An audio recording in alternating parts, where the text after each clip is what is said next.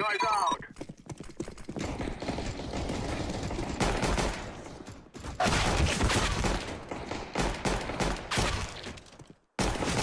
Decoy. That was beast.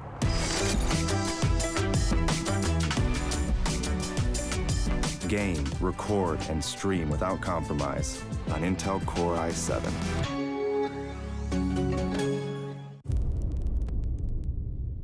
The ESL India Premiership 2018 has 3 seasons: summer, fall, and winter. The summer season takes place from April to June, while the fall season runs from July to September. Finally, the winter season takes place from October to December. Coming to tournament formats, each season is divided into 3 tiers: the professional tier, the Master League; the semi-professional tier, the Challenger Series; the Open tier, the Starter Cups. Moving on to the frequency, every season in the ESL India Premiership 2018 will see 1 Master League, 3 Challenger Series, and 3 Starter Cups. The Masters League now hosts 12 teams and players. Meanwhile, the Challenger Series has 8 contestants and follows a double elimination format. Finally, the Starter Cups are now limited to only 128 participants, so make sure you register for the Premiership now. Once you register for the Starter Cup 1, you'll have to fight your way to the top. At the end of the phase, you will get promoted to the Challenger Series 1. You should try and maintain your position in the Challenger Series 1, 2, and 3. But this is no easy task. At the end of every phase, the bottom 2 contestants are dropped out. They are replaced by the top teams from the Starter Cups. Those who succeed in the Challenger Series are rewarded with promotion to the Master League. The top 4 teams will proceed to play in the next season's Masters League. Meanwhile, the Master League runs uninterrupted until the end of the season. The 12 champions will constantly try to establish their dominance over the others. But at the end of a season, the bottom 4 teams are relegated to the Challenger Series, while the top 4 play at the Land Finale for the top prize. ESL India Premiership 2018 begins in April. The registrations are on, so make sure you sign up now.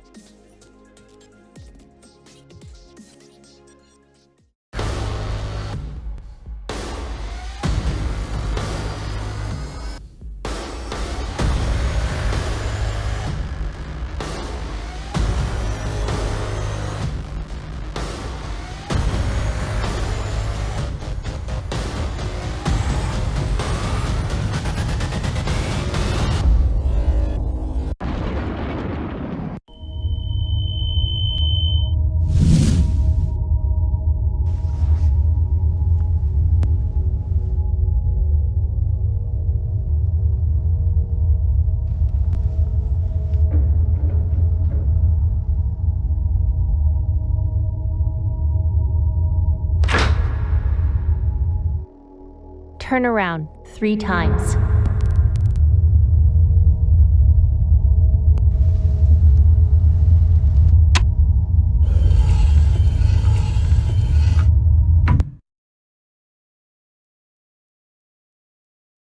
Start shooting.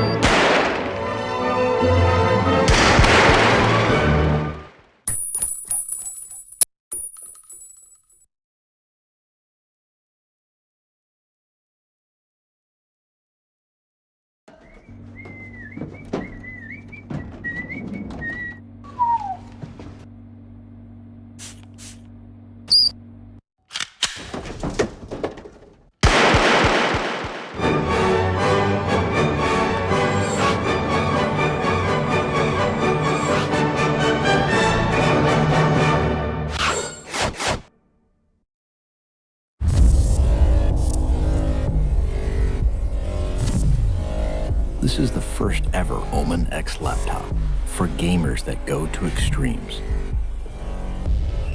Gear up with the machine designed for total domination and engineered for gaming in stunning 4K. Equipped with the latest Intel Core processors, it gives you the power to be relentless.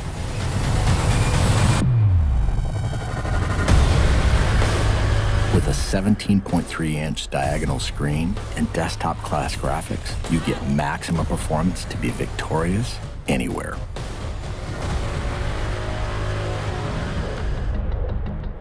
With multiple fans and large exhaust vents, heat is transferred away from critical components for dynamic overclocking. Ramp up boot times, game loading, and overall system responsiveness with optional RAID 0 SSD configurability.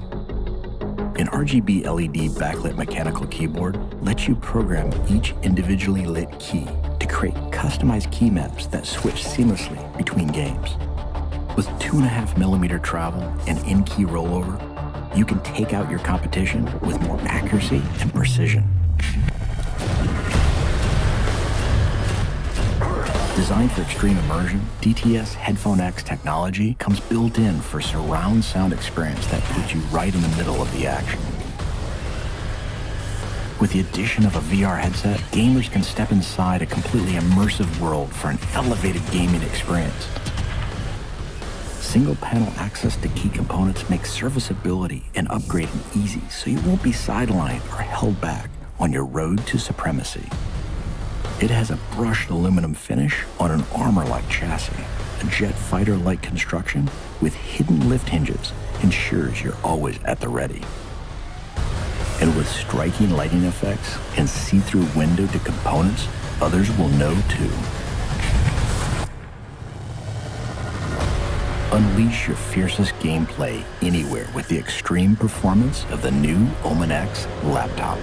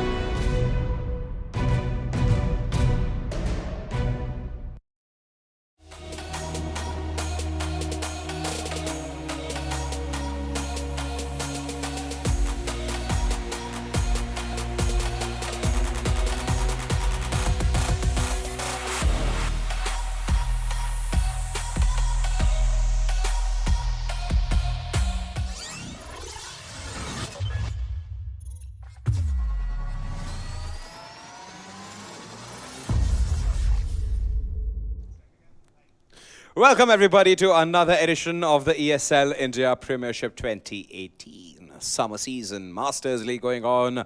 The tension is rising because the land finale is drawing closer by each day. Now, first of all, generic introductions. I'm your host, Vagish Godslayer Bhan. This is my co-analyst, co-host, Zara Angela Gonzalez. Hi. Hi, how are you? How do you do? I'm good, I'm good. How's it going? Good. Nice. Fine, great. All right. Well, all this fun and frolic has been brought to you by Omen by HP, HyperX and Intel and presented to you by Northwind Gaming and ESL India. Now, before we start with the thick of things here, we have a game of Clash Royale lined up for you guys. We have a game of Counter-Strike Global Offensive lined up for you guys.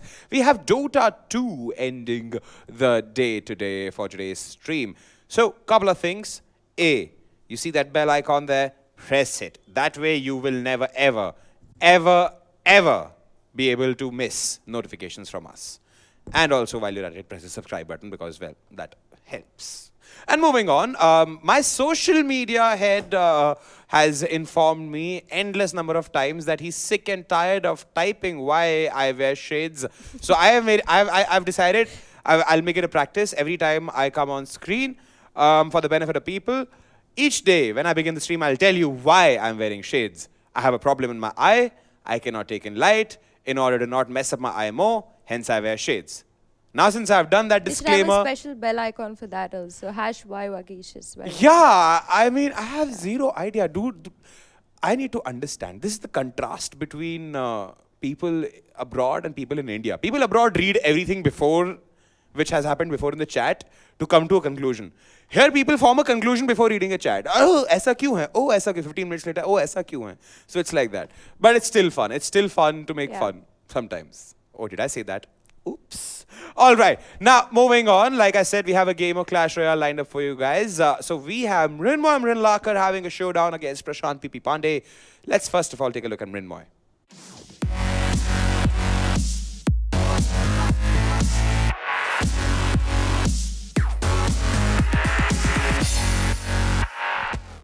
Alrighty then, ladies and gentlemen, that's Mrin Lakar. He has been I wouldn't say consistent player because back when the Premiership was still in its nascent stages, this guy was doing pretty well. But considering the fact that the competition has risen tremendously when it comes to Clash Royale, one can't expect to be at the top all the time. There are going to be other fish trying to vie for the top spot. This time around, it's Beast.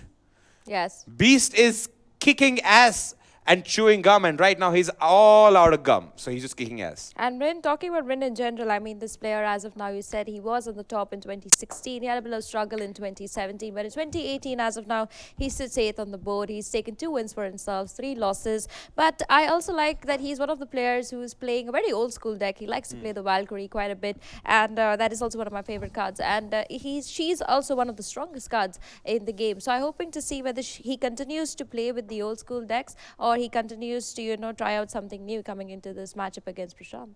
Yeah, indeed. I'm also, to add a little bit of joke here, I mean, pretty much the Valkyrie exists because they are very influenced by Thor Ragnarok. Okay, that joke did not go well. My stand-up career just ended before it even began. Well, ladies and gentlemen, that was Mrin Lakar there. Let's have a look at the opposition here, Prashanth PP Pandey.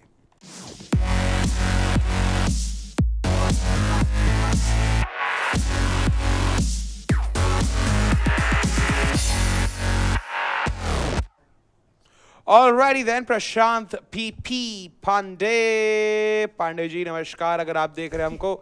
Alright, so Angie, what do you have to say about Pandey ji? Well, Prashanth is as of now sitting 6th on the board, and he's also had he's doing better, of course. He's got 3 wins to his name and 2 losses. This player he loves to play the Tomb. The Lava is one of his favorite cards. The Balloon, also one of his favorite. Pekka, more played as a defensive card. The Giant also in the pool, and he also likes to play the 2 Prince, the Dark and the normal Prince. So if he fares to go with the same kind of lineup against Mrin, who likes to play the Golem, the Dark Witch, the Pekka, the Goblin Barrel, the Tesla, I think Prashanth has a higher chance. But if Mrin has understood Prashanth's gameplay, then we would see maybe Mrin taking a game or two from him. And talking about their wins and where they stand, we can see the trophies. I mean, Mrin is sitting at 4,000 while Prashanth is sitting at 4,500. It's a very big gap, actually. Yeah, if you come to think that's about it. in terms of the highest trophies attained. I mean, that's a 1,000-long gap there. Yeah. In fact, the number of wins also surpass Mrinmoy's wins Yeah. there when it comes to PP Pandey. Both their cards also, in terms of their favorite cards, Bandit for Mrin and Golem for Prashanth PP Pandey. I think the Golem, people just put it because they want to get it banned out, so they don't know how to play up against it. I mean, I think Yeah, that would people be start playing mind something games with a similar favorite like card that. only. You know, they Yeah. put like random favorite cards and then they want them to get banned out so that they always have like good cards. See, a Giant getting banned out by Mrin, A very Prashanth good banning ban out a though, Pekka. coming in there from Mrin, much needed because Prashanth does like to play the Giant quite a bit.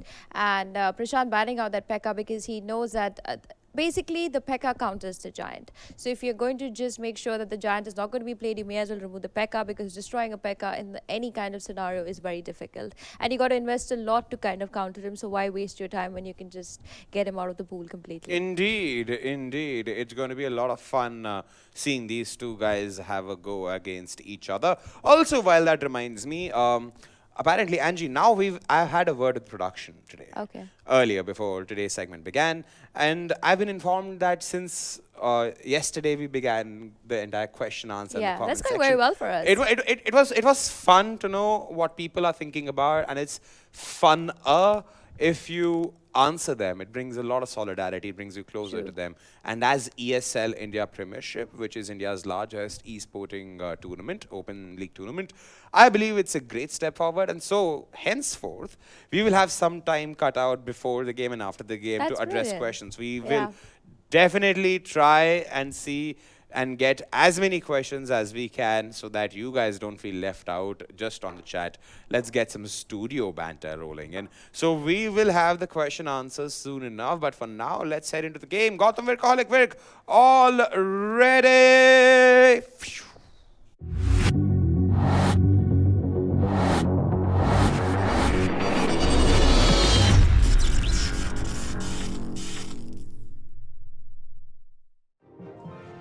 All right, ladies and gentlemen, I am back casting today. This is another exciting match of Clash Royale between Mrinmoy Lakar and Prashanth PP Pandey.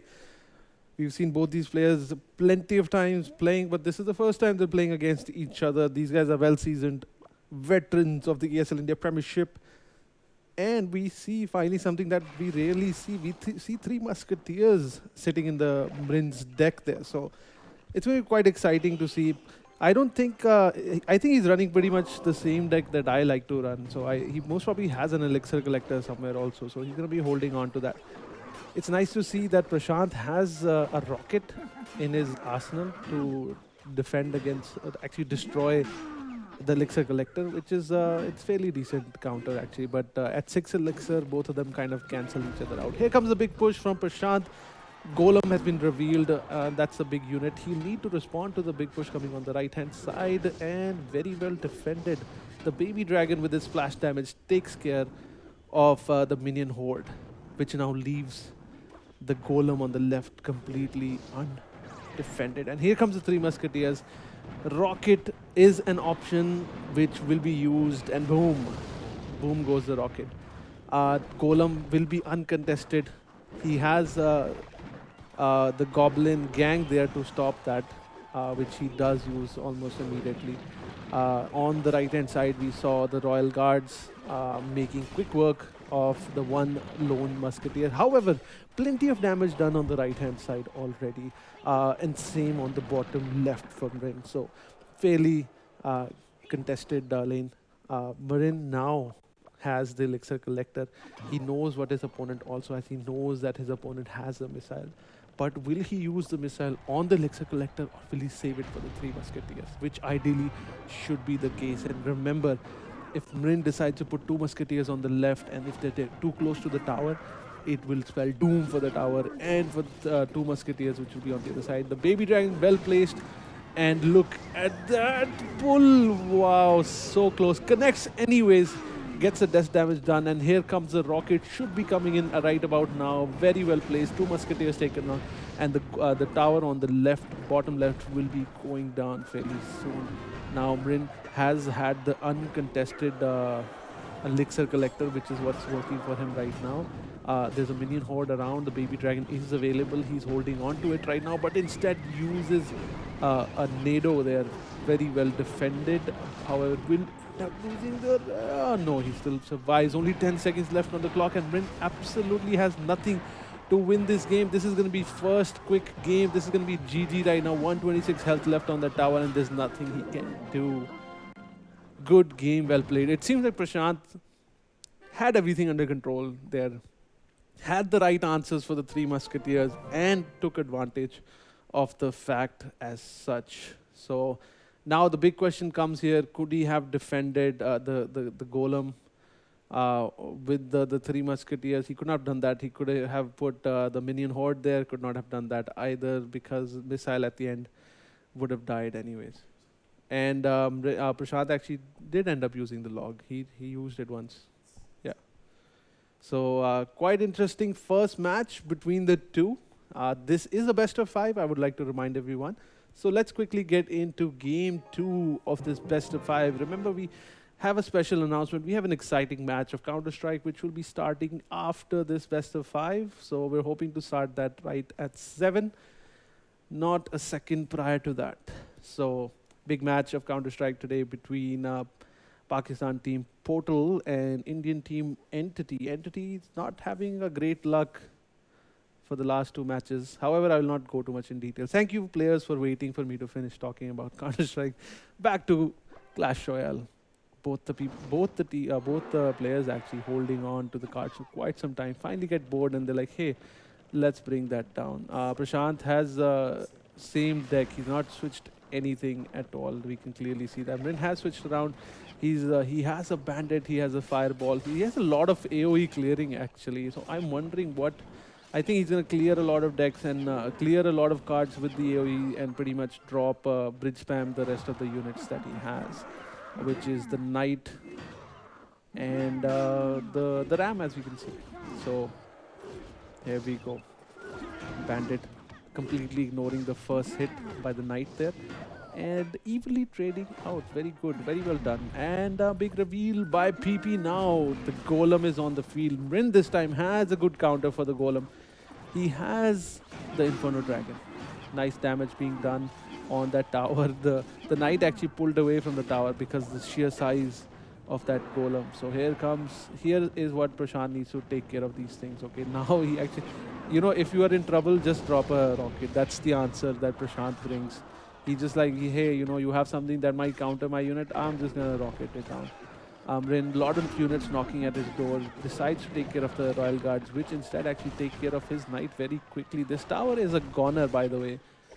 And this is looking like a bad news day for Mrin. I think Mrin's gonna actually lose this game too as well, fairly quickly. That is 55 seconds left on the clock, and he needs to close this game and somehow come out victorious. Prashanth has a log, he has the nado, bunches the unit together, and look at that knight splash damage, kills everything in sight. Good trade there, by the way. That knight single-handedly took out like 9 or 10 elixir altogether.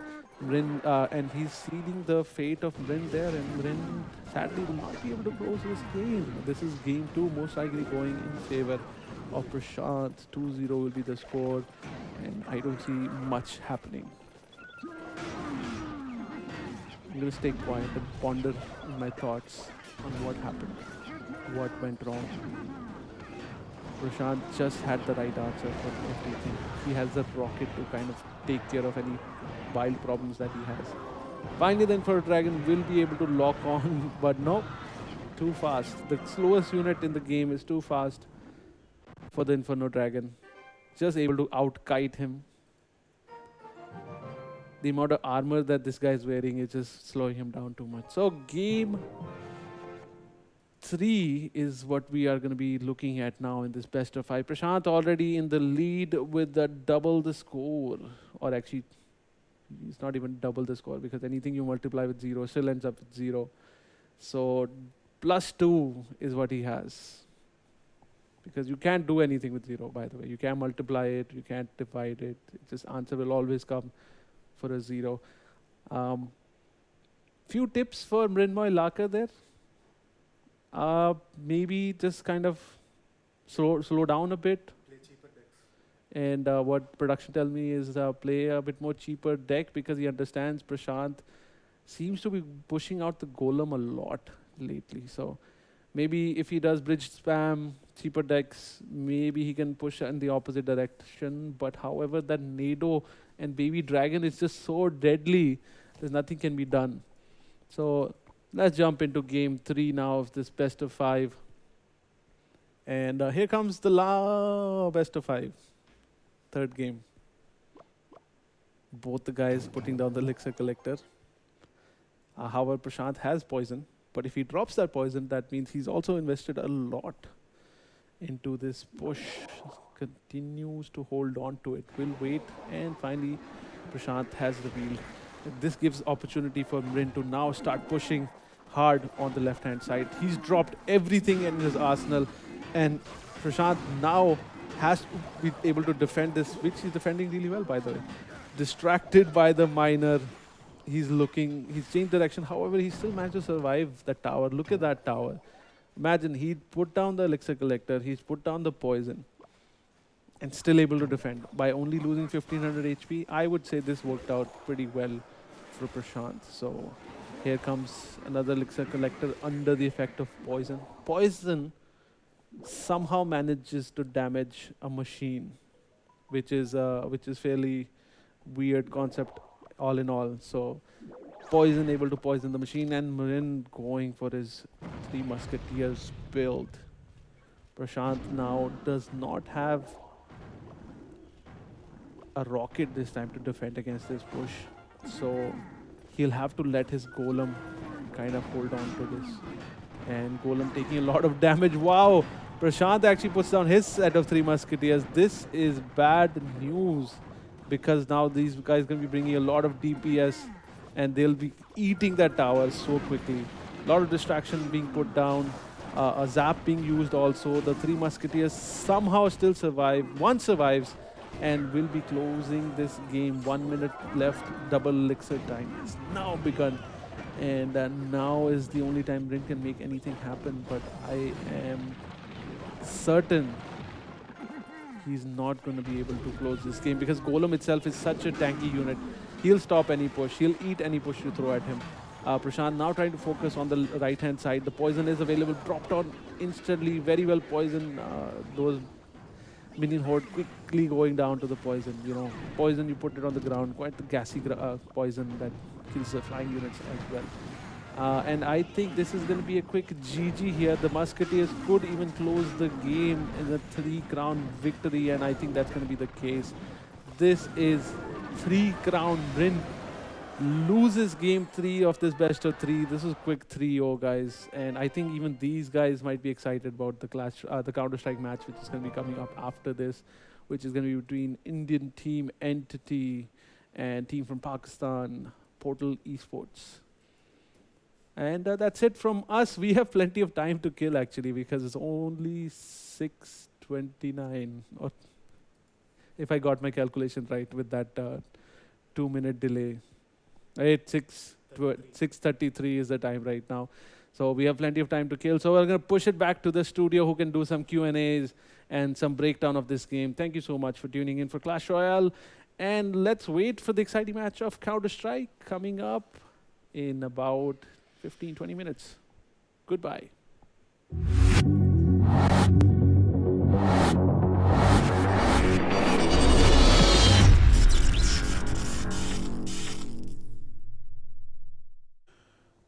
Welcome everybody back to the studio segment of the ESL India Premiership 2018 Summer Season Masters League. What we just witnessed was so unlike Mrin, I do not know what to say. Like the last time I saw him play, he lost 3-0 again. Yeah, it was Sutikshan Beast only, I think, if I'm not wrong. Yeah. Was it Sutikshan Beast? I'll have to Last, check my diary. I think, last Mrin played Sutikshan Beast. Me and Gautam, Workaholic Virk were talking Yeah, about I think it. done that match with Gautam. Yeah, and it was weird. It seems as if like Mrin just loses the will to fight after upon a time. No, I think Mrin has always been the kind of player who likes to really play first. And in the recent times, the problem has become is first of all, the cards have really changed. You don't really have the same decks that you saw people play in 2016 and 2017. I mean, Clash itself as a game has kind of evolved so much in the past 6 months, not even Yeah. going long. They've got the Dark Prince, they've got so many new cards. Talking about this matchup in general, I mean, PP saw the best opening for himself. He didn't really see that, he saw that the Giant and Pekka were completely banned out. And that's where he kind of went like, okay, you know what, you've given me the opening to play my best card. And that is the Golem. So in the first game, we saw that PP did play his best card to Mrin, and then when Mrin really didn't have an answer to the Golem, he did have the aggressive push, he did have the battle ram to kind of go ahead and, you know, go hit that tower. But there was nothing to hold defense, and that is why he kind of took the fall, because he really didn't make sure how he's going to counter that Golem. He never really, I think, expected Prashanth to play the Golem. And in the second game, we saw that he made sure that he had a counter for it. Mrin did pick up the Inferno Dragon to make sure that even if the Golem reached his tower, he would have an answer for it. But by then, PP had already understood that Mrin by now has understood he's going to have this counter. So he kept a rocket ready. So that is, you know, each card, each game, there is always this 1 point. If you miss that 1 point, you're going to lose it. And that basically is what happened to Mrin in the second game. And when we talk about the third game, we look very closely at it. Mrin made sure that he had the damage coming output. He dropped in the 3 Musketeers, which was a good option for him. But PP played it even better. This is just, I mean, it's not that Mrin is not understanding gameplay. He's trying to do his best, but PP just being a little ahead over there, he kind of took the Golem and the 3 Musketeers. So what does Mrin counter? Does he counter the Golem? Does he manage the 3 Musketeers, or does he push? And that is where, you know, Mrin took the fall. And I think he's just not used to this fast gameplay coming in from all these new players, because they are been playing so much. They've already played like 7-8 games. They have understood almost everybody's play style. And I think Mrin has just not gotten enough in his bag to kind of go ahead there and be like, you know, I have a counter for every card. And when we talk about his previous games also, he plays very different decks compared to what's really played in today's meta. And I think the reason behind that is, even though I have played the game also around the same time as him, we started playing in 2016, 2017. Even as a player myself, I really play the old school deck, which is, you know, you have a Valkyrie, you have a Balloon, you have the Baby Dragon, which is more of a defensive than more of an aggressive play style. And I think nowadays the cards have changed so much that he's just finding it hard to kind of, you know, come back stronger with every game. But I mean, putting him in place, he's a fantastic player, and he's the winner of the 2016. So nothing taken away from him. He's a brilliant player, and I hope that, you know, he kind of comes back much stronger in the next matchup. Alrighty then. Well, that's the breakdown for today's Clash Royale game. I'm informed that we have some interesting questions lined up, so we'll take them right about now. Let's start with the first question. Let's see what we have in store. Next year, say Mario contra Rakho na. Who is this Karn Zera? Buddy, trust me. Okay. Let me give a brief insight about esports here, considering it's the app time. I believe the fact that you have started following esports pretty recently. If you realize something called Super Smash Bros already exists, Mario is a part of that, and it's not just Mario. In fact, if you realize, Contra came up with a new PlayStation edition, if I'm not wrong. I think it was PlayStation or PC. So. See, buddy, Karn, जरा games evolve. Next year से Mario Contra रखना तो मेरे हाथ में नहीं है. I don't own ESL. I don't own Nordwin. But I'll definitely put your word across. But take it from me, buddy, not happening. Super Smash Bros. Evo, CEO, there's a tournament called CEO, fighting games and all, everything happens there. So, sure, there, if you want to participate, go, you can play Mario there, buddy. Mario Kart happens there. A lot of stuff happens there. Contra really can't be added that much because it's not really a PvP game. So there would nothing. Yeah, I mean, it's a for if co-op we- game against Yeah. bots. I mean, it's like me asking somebody randomly, okay, first of all, I don't want to demean you here, but it's like me asking literally, hey, chal buddy, chal Max Payne khelte hain, usko esports banate. You can't make Max Payne esports. No, you can't do that. What? Vagish marriage date. Okay. I have zero idea. I actually have zero idea myself, so maybe once when I get the dates, I might share it with you guys. If you guys be nice, don't be naughty, and I'll share the dates. Well, I think, yeah. Do we have more questions, production? All right, we have completed our set of these two questions here post Clash Royale. Very excited about the upcoming game, though. I mean, Counter-Strike Global Thank Offensive is... Thank God. I'm actually pretty excited about the upcoming game. Yeah. Like, you're also picking up from Anuj Bhutani. Pretty excited about the upcoming marriage date. I'm like, No, wow. I'm excited. As if Kunal getting married wasn't enough for ESL India. But we will take a short break here on the other side. We have a very bombastic CSGO match lined up. This is going to literally blow your minds off, and I'm not intending any kinds of puns here. It's an Entity Gaming versus Portal Esports match. It's a literally India versus Pakistan game happening. So don't go anywhere. Stick around, subscribe, and press the bell icon in the meantime, because we're going to be back in a jiffy.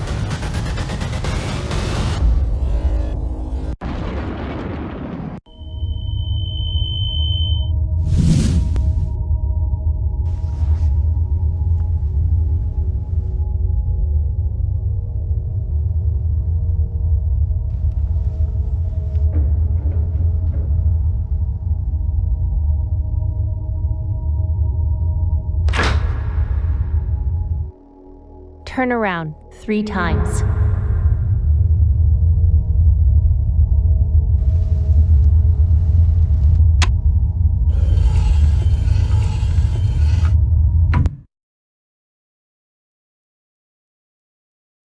Start shooting.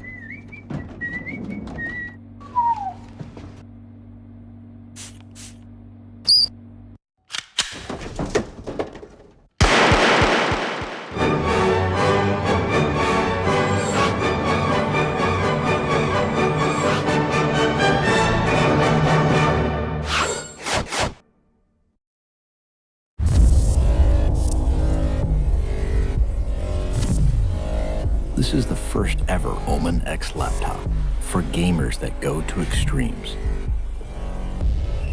Gear up with the machine designed for total domination and engineered for gaming in stunning 4K. Equipped with the latest Intel Core processors, it gives you the power to be relentless.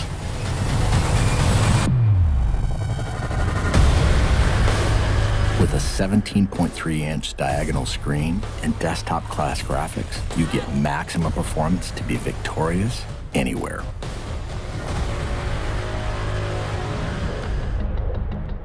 With multiple fans and large exhaust vents, heat is transferred away from critical components for dynamic overclocking. Ramp up boot times, game loading, and overall system responsiveness with optional RAID 0 SSD configurability. An RGB LED backlit mechanical keyboard lets you program each individually lit key to create customized key maps that switch seamlessly between games. With 2.5mm travel and in-key rollover, you can take out your competition with more accuracy and precision. Designed for extreme immersion, DTS Headphone X technology comes built in for surround sound experience that puts you right in the middle of the action. With the addition of a VR headset, gamers can step inside a completely immersive world for an elevated gaming experience. Single-panel access to key components makes serviceability and upgrading easy, so you won't be sidelined or held back on your road to supremacy. It has a brushed aluminum finish on an armor-like chassis. A jet fighter-like construction with hidden lift hinges ensures you're always at the ready. And with striking lighting effects and see-through window to components, others will know too. Unleash your fiercest gameplay anywhere with the extreme performance of the new Omen X laptop.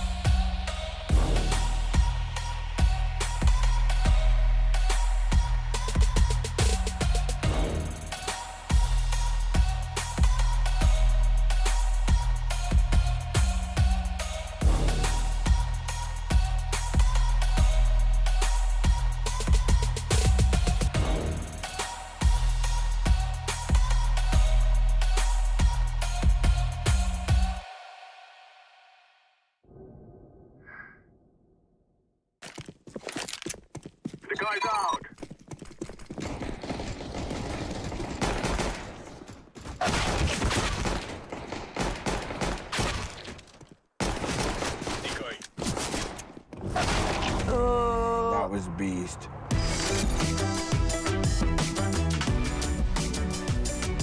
Game, record, and stream without compromise on Intel Core i7.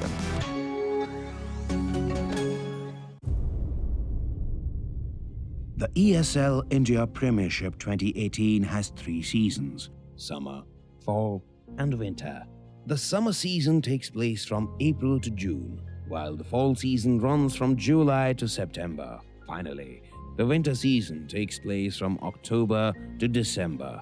Coming to tournament formats, each season is divided into 3 tiers: the professional tier, the Master League; the semi-professional tier, the Challenger Series; the open tier, the Starter Cups. Moving on to the frequency, every season in the ESL India Premiership 2018 will see 1 Master League, 3 Challenger Series, and 3 Starter Cups. The Masters League now hosts 12 teams and players. Meanwhile, the Challenger Series has 8 contestants and follows a double elimination format. Finally, the Starter Cups are now limited to only 128 participants, so make sure you register for the Premiership now. Once you register for the Starter Cup 1, you'll have to fight your way to the top. At the end of the phase, you will get promoted to the Challenger Series 1. You should try and maintain your position in the Challenger Series 1, 2, and 3. But this is no easy task. At the end of every phase, the bottom 2 contestants are dropped out. They are replaced by the top teams from the Starter Cups. Those who succeed in the Challenger Series are rewarded with promotion to the Master League. The top 4 teams will proceed to play in the next season's Masters League. Meanwhile, the Master League runs uninterrupted until the end of the season. The 12 champions will constantly try to establish their dominance over the others. But at the end of a season, the bottom 4 teams are relegated to the Challenger Series, while the top 4 play at the land finale for the top prize. ESL India Premiership 2018 begins in April. The registrations are on, so make sure you sign up now.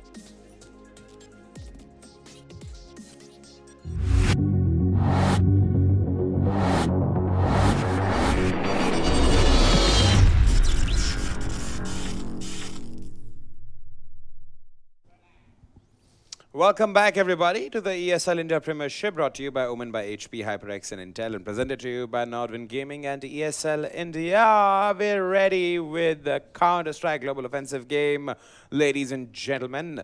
This India versus Pakistan of sorts here. A lot of hopes from both the countries, from both the teams. Who will win? Because last time we saw Entity Gaming, they didn't fare well against SRA. They were in shambles. They lost. They lost to Intensity Pune 5. And that should have been an eye-opener that nobody's safe in the Masters League. And in fact, that brings us to today's game. I've been told the players are waiting since a long time. They're in the lobby. So let's quickly get to know the teams first, one by one. Let's start off with Entity Gaming.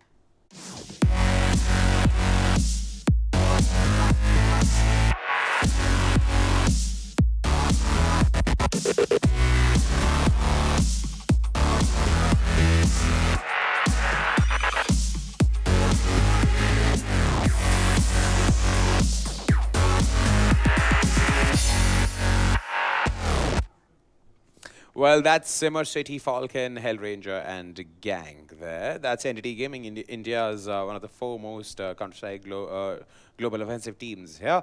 In fact, while we're at it, Angie, what do you think about Entity Gaming as a team? I think Entity Gaming is a fantastic team. As of now, they do sit third on the board. They're taken 2 losses as of now. One was a loss because of a little bit of disqualification that happened for them. But the second loss was a very interesting one because they did lose to a team that was sitting 9th on the board, and that was Intensity Pune 5. The first loss they had was against War Gaming. That's how I think War Gaming won that game. But it was considered as a disqualification. I mean, no, there's no disqualification. They got. It was. Oh yeah, it was it. Yes. I forgot. It was against Too Easy. My bad. Yes, you were saying. Yeah. So as of now, but they have played about 6 games. They are 1-4 and they have lost 2. But they're looking fine for themselves. Okay then. I happened to sneak peek at the feed also. Somebody said CSGO is live and they have paper tomorrow. Buddy, please study. We don't want that on our conscience. Please, come on. All of us are graduates here. We've done our college. Have we? Have you all done our college? Yes. Yes. Okay. I'm just confirming. So, buddy, please study. CSGO can happen always. ESL India Premiership happens for throughout the year. The paper will just like happen once. And a lot of good wishes coming in for the teams here. But let's quickly move our focus on the opposition here, Team Portal Esports from Pakistan.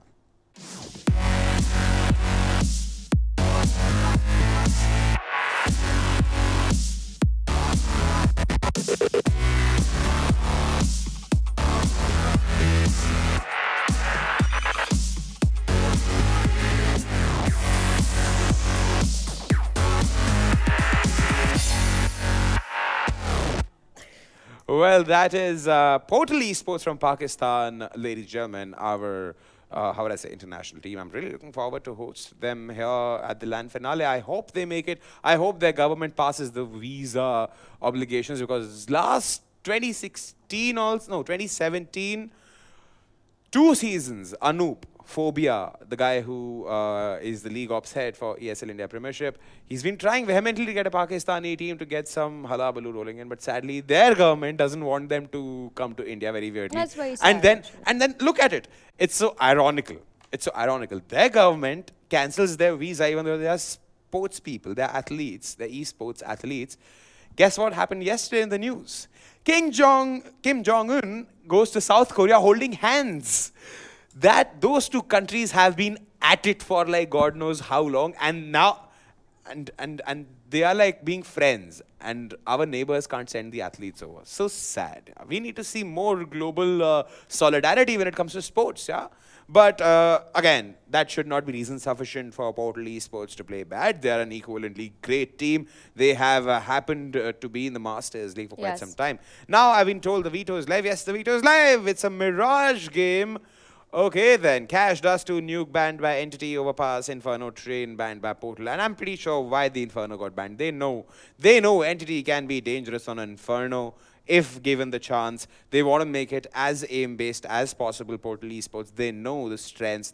I'm presuming, given this kind of a ban, I believe the fact that Portal Esports have studied Entity's previous games. So they are going to be in a lot of trouble if they don't rally up their troops. What do you have to say about that, Angie? I mean, Portal, as of now, they are sitting 5th on the board. They're looking pretty comfortable. They have only taken 1 loss, and that was against Invictus. But other than that, they have secured 3 wins for themselves and are looking very confident coming into this game, if you have to tell me. I mean, I think they just got to make sure they have a great coordinated gameplay. They have good rotations coming in from them. And I think they can take up Entity Gaming pretty well. I'm going to give them that. Also, if they have watched this game against Intensity Pune 5, maybe they could really find out where are the weak spots in Entity Gaming that they could really use where for the their chinks in the armor are. You're very right. In fact, if you take a deeper look at the standings, which is on your screen right about now, Portal Esports is on a cozy 5th. They're 2 spots behind Entity Gaming, who already managed to lose 2 of their 6 games which they've played. Portal Esports have lost 1 game so far. Yeah. Sorry. And out of the 4 games they played, they won 3. So they are one win short of leveling the number of wins with Entity Gaming, which will also put them in the ranks of teams like Slaughter Rage Army. It's going to definitely put them above Slaughter Rage Army because they've literally maxed out the number of games they can play. True. And they are at 10 games played, 6 losses, 4 victories. So Entity Gaming will face a lot of trouble from Portal Esports if they don't back up. In fact, if you see down under, ERT, Intensity, Malar, Too Easy, are in similar situations because they have a lot of games under their belt, so they can cover up the deficit when the time demands it. Well, that's the standings for you guys. Let's quickly take a look at the map first, Angie, before we head out of the game. Let's take a look at Mirage. Mirage. While Mirage relies heavily on middle control, thus enabling the terrorists to oscillate to either bomb site. It offers a different dynamic of seizing bomb sites instantly through carefully placed smoke grenades.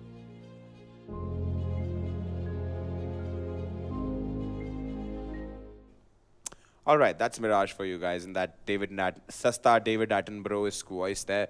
Try to pull off a planet Earth there. Sadly, I just somewhere reached. Alrighty then, so I've been informed the game is ready, the players are ready. Angie, who are you rooting for?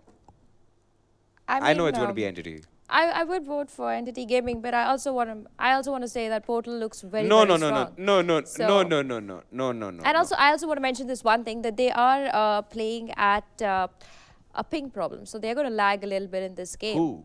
Portal Esports. Of course. I think. So, I mean, I've got to give them that little bit I'm pretty of, sure they're playing out of Islamabad. A couple of my friends are in Islamabad. They live Yeah. out there. One of them has a very beautiful organic honey So that could farm. be a little bit of a So problem he for tells them me. coming into this No, matchup. but then again, okay, what's your favorite map to play other than Dust 2 and Inferno? What's my favorite map? Wow, what's my favorite map? Actually, okay, now that's something to think about. What would be my favorite map, Andrew? I think I would love to play Overpass. It's a pretty fun map, and because of this gosh darn Adi, now I like playing Overpass a lot. So that's there for you. Overpass is my game. But before we head off into the game, Angie, so Entity Gaming. Entity Gaming, if... No. There's no. Okay. Let me be very clear. It's either this team or either it's that team. Which I doubt they can. No need to be a political party, Angie. There's nothing about diplomacy. You choose your favorite team right now for I this think game. I would go with Entity Gaming. Yeah. Fine. Yeah. So I've been also informed that apart from Angie, all the production personnel in our PCR, except one guy, is with Entity. So just to provide some solidarity and support to our neighbors from across the border, it's about time. It's about time we see Portal Esports show some hope good they take this. CSGO. It'll be very good. I'll support Portal Esports this time. So let's see who will win and who will lose. Let's head on to the game.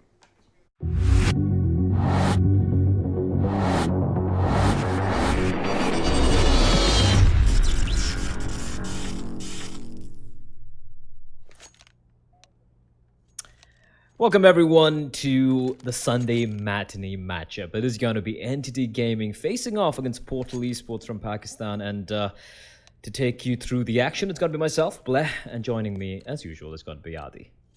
Hey, Blair, yes, it is India versus Pakistan today. As You love to say it, don't you? Like, yeah, I have to say it, right? It's building the hype, isn't it? I'm sure they said it on the desk multiple times as well.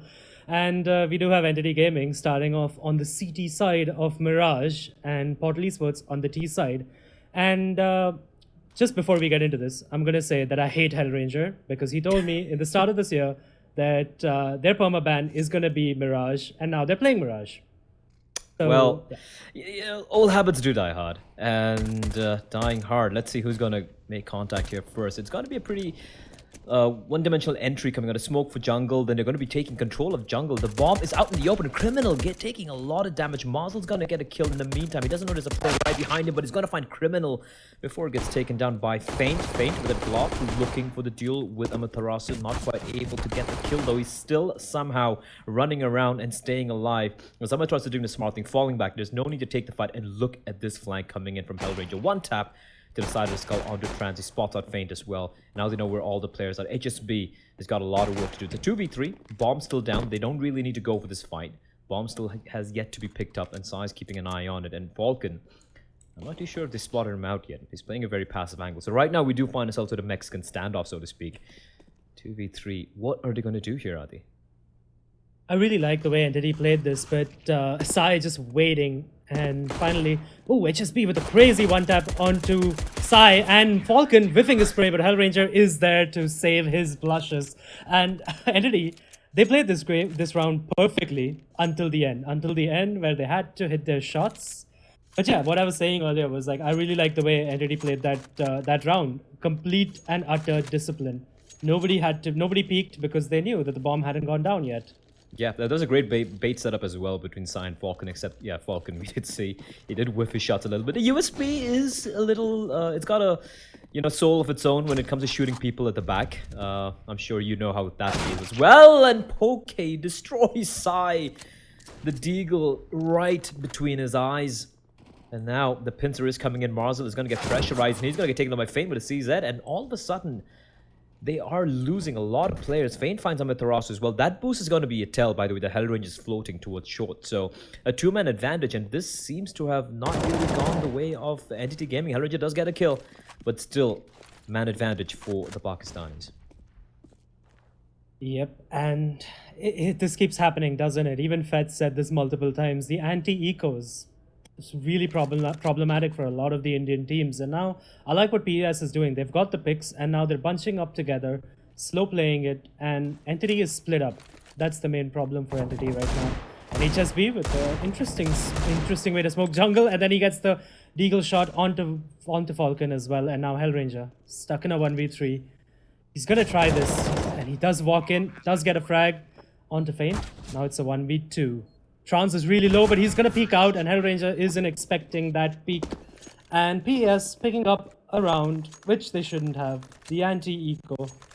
I mean, break it down for me, right? Like, what did Entity do wrong there? They had a pretty slightly aggressive setup coming out towards short, but then side, there's nothing much you can do. He had a scout, but a beautiful shot coming out from Poke. 4v5, then Mars will get caught with his pants down towards connector. Like, what would you have done different on that anti-eco? Yeah, before we get into that, right? I do want to bring notice that if you could just hold up tab, right?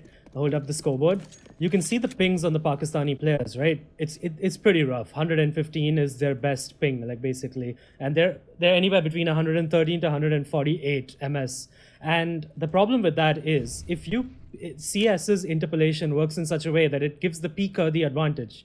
So that's what happened to Sai there. The terrorist peeked out and he didn't see it. He must have seen a pixel of Trance or whoever, of Poki, before getting his head blown off. And it's the same thing would have happened right now for Criminal as well, because of that pop flash and the peek out. And it's just basically Entity needs to peek a little more aggressively and take advantage of that ping deficit, of the ping advantage basically that they have. Hellranger taking a bullet to the head, and somehow he survives it at 17 HP, while Trance in the meanwhile has got a frag onto Marzel. It is a full eco almost, and Trance gets another one onto Falcon as well.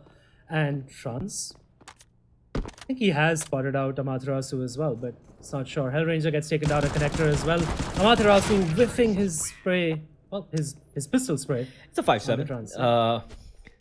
I'm actually surprised to see a 5-7. I haven't seen that pistol in any professional game in a long time. But yeah, PES very solid.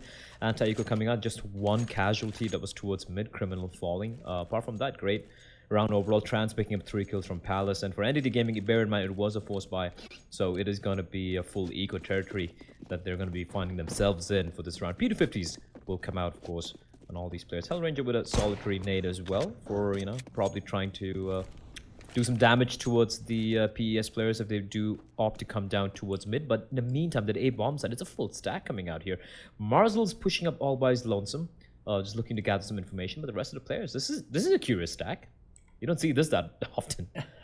It's a very weird setup indeed, and I hope that USP isn't picked up, and that stack is going to be in question now. There you go, it's broken, and at the worst time, because Marzel got picked off. Trance gets 2 frags from the apartments, and now he's not checked, but he is checked by the slow player, HSB, saving his teammates by, by killing Amaterasu, who was ready to shoot Trance in the back. And Hellranger now in a 1v5, and without a chance, to be honest, in this round. And I just want to touch back onto this map pickup, right? This veto. PES actually banned out Inferno, so I don't really blame Entity Gaming for going for this Mirage pick. But honestly, if I was them, I would have tried to push this more towards maybe a train or a nuke or overpass, something like that, an outlier map. You don't want to play high pingers on a pug style map. Yeah, true. I completely agree with you on that. I was a little surprised. I didn't take a look at the veto, but I do believe there was nuke and train was up for the offering for Entity to pick up, right?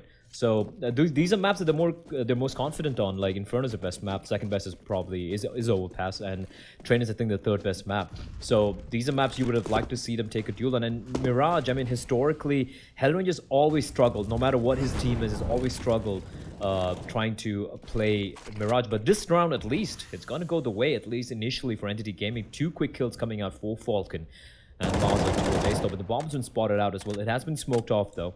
And with this 5v3 scenario, PES, they find themselves on the back foot. Trance stuck towards Palace all by his lonesome. They know exactly where he is as well. Falcon holding a slightly off angle while they wait for Feint to make a move here. And yeah, Entity Gaming picking up a leaf out of Invictus's book. Yesterday, Invictus was just hyper aggressive on Mirage, and Entity has done the same thing. They've got 2 frags, and now they're playing playing Mirage. Sorry, the perfect way it's supposed to be played. You get a pick, and then you fall back and you defend the bomb sites, and that's basically how you win a CT round every single time. It's a simple formula, to be honest, but really hard to execute.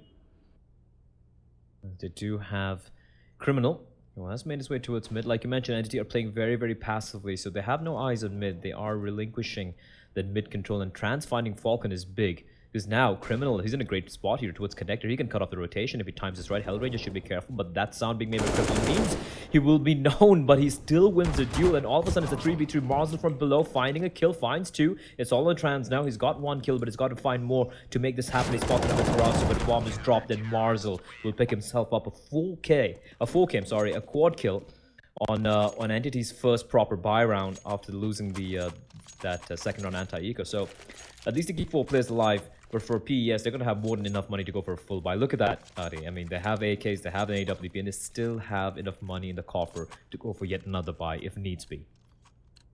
Yep, and it's basically due to the back of a couple of clean rounds after their anti-ecos. 4 players alive in round number 3, and round number 4, they had 5 players alive. And this helps you build up your bank. And now PES has gone back to a slower default. They aren't going for that quick A play that they were planning last round. They are trying to take mid control now, as well as it's basically the standard default. You send 2 to mid, you send 1 to underpass, 1 watches B, and 1 watches A. It's basics of Mirage. Yep, they are pushing up though, and the timing is perfect. Criminal out-peaking Sai, who will be left caking himself. He needed to land that shot. And it's a crucial kill. The AWP is being taken out of the equation. Luckily, Amiterasu is still floating towards the ladder room, so he does have information, and B-Short has not been completely compromised. But look at the defense for Entity Gaming. They're far away from each other. Falcon and Mars are at least taking some initiative to try and ensure that they have some map control in one extremity of the map. But the fact that Trans is floating around towards Palace is going to be a problem, and he just might find Falcon here trying to cross on over. Falcon, he has an inkling. Trans is there. He transports off the barrel of the gun. He gets a free kill, and 1 by 1 Entity Gaming are falling 5v3, and the bomb is making its way towards B. Hellranger's got a lot of work to do here. Yeah, and unfortunately for Falcon, their Trans had heard them push the slope, and hence he walked back, bided his time, and then, shot Falcon in the back. And if you quickly look at HSB, he's sneaked in. He's going to catch Marzel in the back. He sneaked in from the connector to jungle, and Entity, their defense is just falling apart. Hellranger now does get a frag. Amaterasu gets the frag as well. Hellranger gets 2 frags over to the B bomb side, and all of a sudden, it's completely turned on its head, but Amaterasu is the only one left alive, misses the shot onto Criminal, and HSB as well, and HSB is going to trade him out. Amaterasu, not known for his op play, and that was very evident there. Yeah, I think he kind of ran out of the bullets and just picked up a gun immediately, hoping that he was able to channel his inner side, but gets taken down, and 4-2 for PES. This is a solid round. Not only do they get to 4 rounds, they also break the economy of Entity Gaming. Like so everyone knows, city side economy, it's hard. You need to string multiple rounds in a row while keeping a lot of players alive to start building up a bank. And Entity Gaming just winning the second round, it's not going to be enough. It's going to be a full eco this time around, though. They don't have anything to work with, just USPs, and the 1 soul feed of 50 being purchased by Hellranger.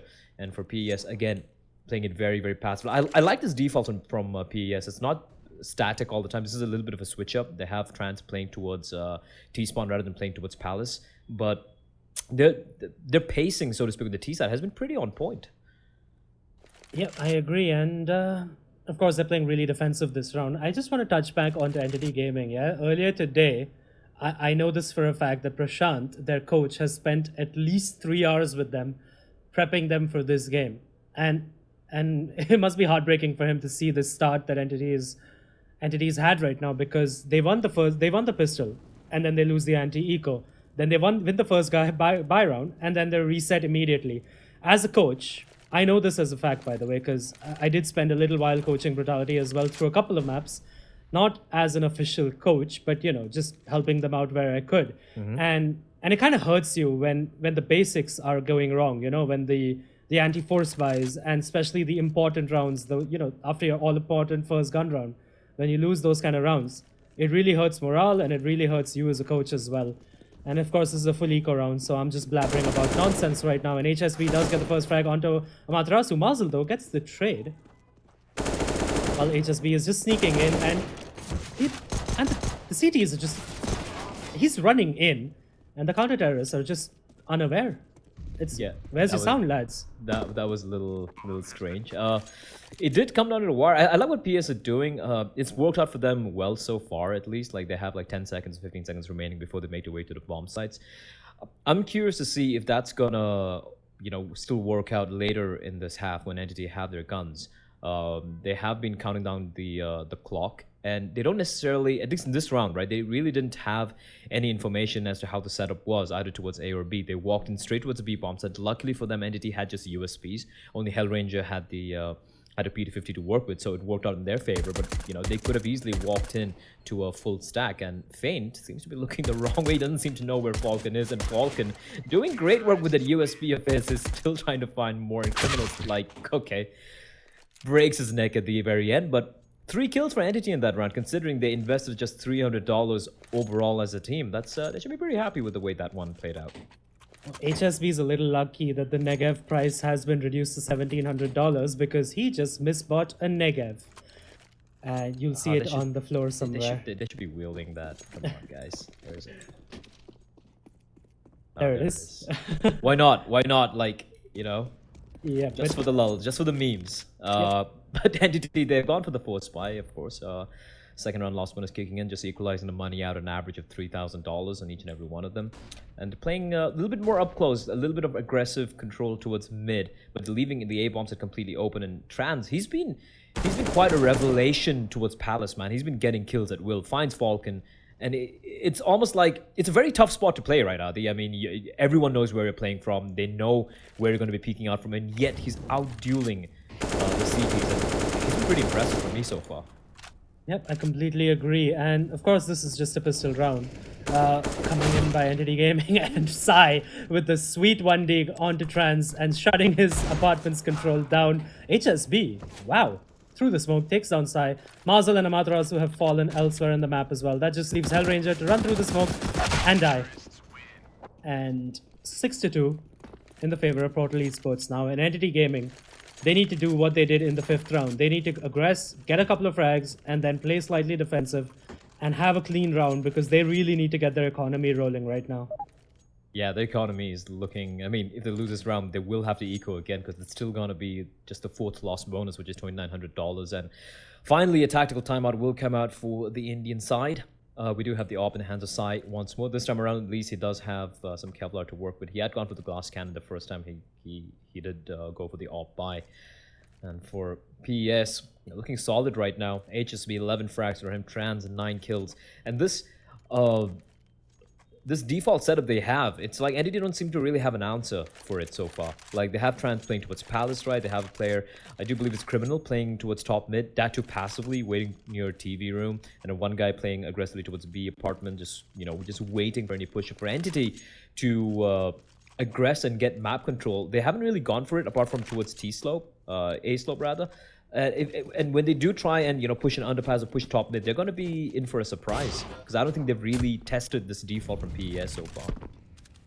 Yep, I agree. And Entity is just going to play defensive. Oh no, they are going for the apps aggression this time, which is a good thing. It seems like it's going to be a delayed apps aggression, that too. They're waiting. They know. It's a good adjustment coming out by Entity, to be honest. But this time, PES has already accounted for that, and they've adjusted to playing 2 at ramp instead.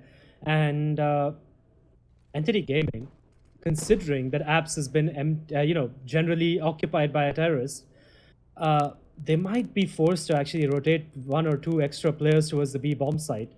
And it actually might be the right call as well at this point because the C4 is going B, but that's just played out on luck more than anything else. And Criminal is going to be Criminal and Trans are going to be trying to fake the A bomb, the A play.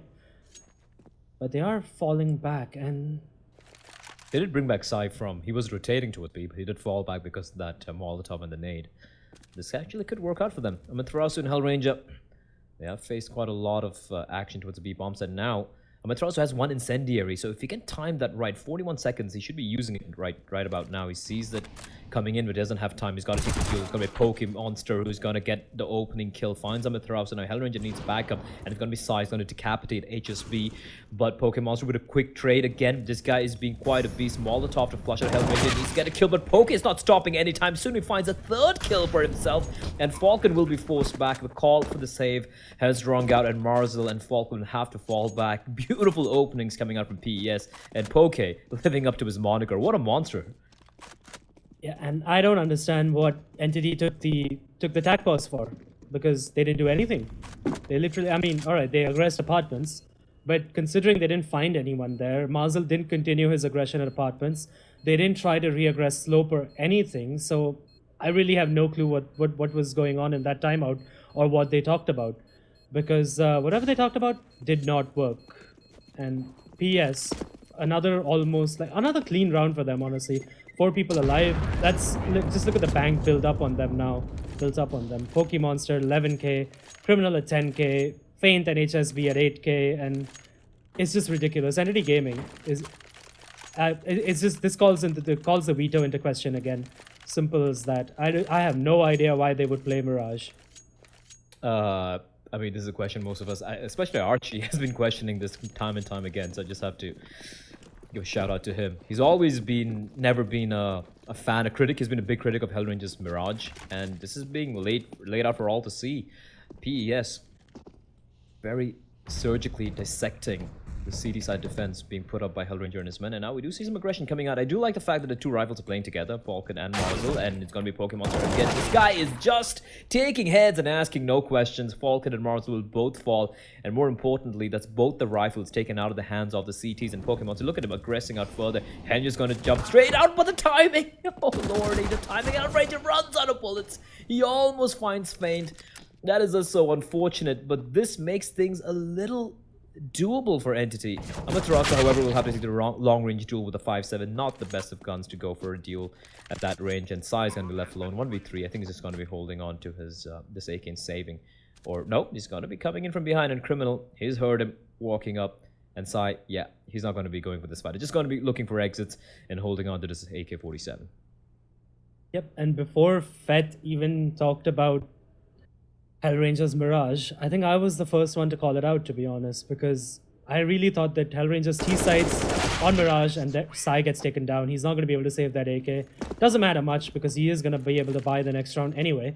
But yeah, getting back to the Mirage and Hellranger point, right? This is the CT side. Entity should be doing well on the CT side because Hellranger's T side on Mirage, it's appalling.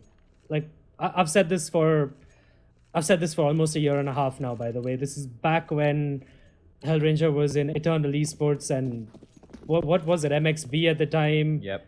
Dare to Dream, etc. Whatever monikers his team is. Eternal, yeah. 4 or 5. Yeah, exactly. And it's not going to work out right now. They need to pick up all the 5 rounds, and I still don't think they have enough in the tank. Even if they do win 7, I don't think they're gonna do this. And the T-slope aggression coming in by Marzel picks up 1 frag. Wow, Falcon on the other hand picks up 2. Feint and Trance trying to run through the smoke. That's a bit silly by them. Obviously, they were trying to switch up the pace, but that wasn't working out. HSB does get 2 frags, though. The A-bomb site is completely open at this point, but it is a 2v3 situation now. HSB and Criminal. They need to pull this round out of their ass at this point. Round of the ass, and HSB with a beautiful shot coming out of his ass. He finds Hellranger as well. Amaterasu is going to be left alone. And HSB just taking matters into his own hands. He now has 4 kills. He probably would be looking for the ace as well. And Amaterasu, all the pressure is on him. The veteran in this lineup. Called by many, perhaps the most well-rounded player in the country. And he does spot out HSB's head. Goes for the taps, not quite able to land it. Incendiary is going to come out. Is it going to be a little too deep is a question as Criminal is going to save his teammate. He gets the kill, and that is going to be around PES. Somehow, no matter how bad it looks, like they have these individual moments where they just go big, and even when the individuals aren't going off, like the way they're approaching this T side is looking phenomenal. 9-2, and Entity Gaming are getting their ass handed to them. Yep, I completely agree, and this is unfortunate because this game was supposed to be hype. This game is supposed to be, well, Entity's supposed to be like arguably one of the best teams in India and probably the best at one point.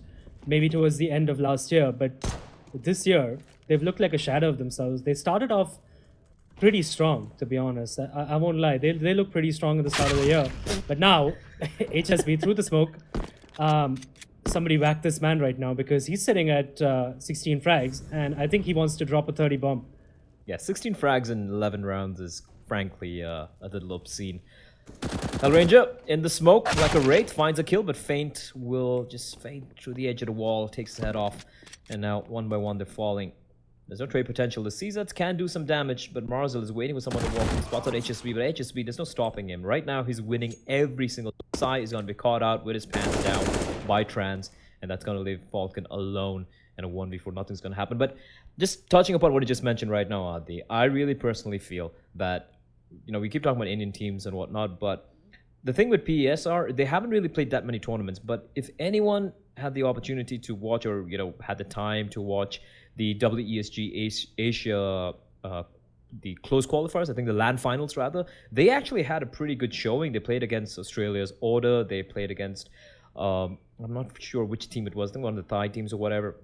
And I think they played against a couple of Australian teams and one of the Thai teams, again also one of the Chinese teams. And they actually had some very, very close games where they actually choked at the last hurdle. They got a map point very consistently, at least at a couple of the games, and they lost in a miserable fashion, like going down to overtime. But they have shown that they can hold their own against some of the best that the Asia-Pacific region can offer. Not just the regional competition, right? Not just in India, not just in South Asia, but Southeast Asia and even Australia for that matter. So I think, you know, just because they are from Pakistan, they don't get much, you know, they get pretty messy, rough ping for any other online tournament. Many people are not aware of them. But I've been keeping notes on this team, and they have looked solid. And just looking at this game, right, despite having the ping disadvantage, there are not many flaws I can find in the way they're approaching this this T side. Sure, a couple of rounds where they got a little overconfident, pushing in through the smokes towards A, for example. But apart from that, this has been some pretty solid textbook Counter-Strike. Yeah, I completely agree. And Entity Gaming, by the way, had won the knife round, and they did opt to start on the CT side, as we do see a full buy coming in from them finally. I think this is just their third full buy of the game, by the way, or maybe the fourth. But yeah, if when I was playing in Brutality, right, and we played against a team who had a really high ping, we would go for the T side first, no matter what the map was. Just because you would see how many ever rounds you could win on the T side, and there you see finally Marzel, the aggression paying off, pop flashes Trans, and then shoots him while he's blind. And now finally Entity Gaming with the man advantage again. They do get the man advantage a couple of times, but always somehow PES find a way to bounce back. But right now, again, mid-control being contested, and it is going to be Falcon doing a bit of damage, and they were waiting for Amaterasu to peek out. He peeks out, he gets taken up, but Falcon, he's doing a great job here, getting 2 kills and not taking too much damage, considering 63 points of health. It's not too shabby at all. So 2v4. We've seen the scenario before. We've seen how PS can bounce back, especially Poke and Criminal, both alive. Criminal, with that AWP of his, is he going to spot out Sai is the question. Sai holding a slightly off angle with that AWP of his. He should win this duel 9 times out of 10. He will indeed. Criminal's gonna fall. The bomb's been spotted out as well. So Entity Gaming, after what feels like forever, will finally get another round on board.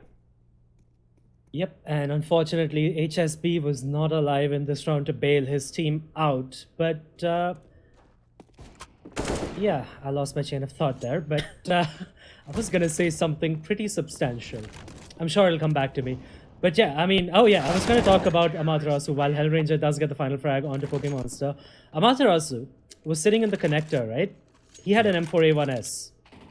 I'll tell you why there were 2 players staring at that angle. Because they spotted the gun barrel. Oh, I thought it was staring into the wall. No, he stared out for a second. And that's when they spotted his gun. And that's not a mistake coming in from... It's nerves, basically, right? Because you know you have an M4A1S, and Amaterasu is arguably one of the best players in India, right? At one point, I mean, he's been called the best player of India by the owner of Flipside Tactics, right, as well. And I forgot his name. Hector. I'm sure. Yes, by Hector. And PS switching up the pace this round, rushing B, and Sai has no idea. He misses his shot. Pokemonster jumping out, getting the frag. Hellranger gets a frag, but he is instantly traded out by Trans. And Amaterasu with an AWP. Second time this time, and I hope it works out for him this round. But it is a 3v4 retake, and Entity Gaming really needs to win this round. While Marzel does pick up Pokemonster, and now Falcon, he does have the backstab, but he has been spotted out by Trans, and Trans, he's just holding.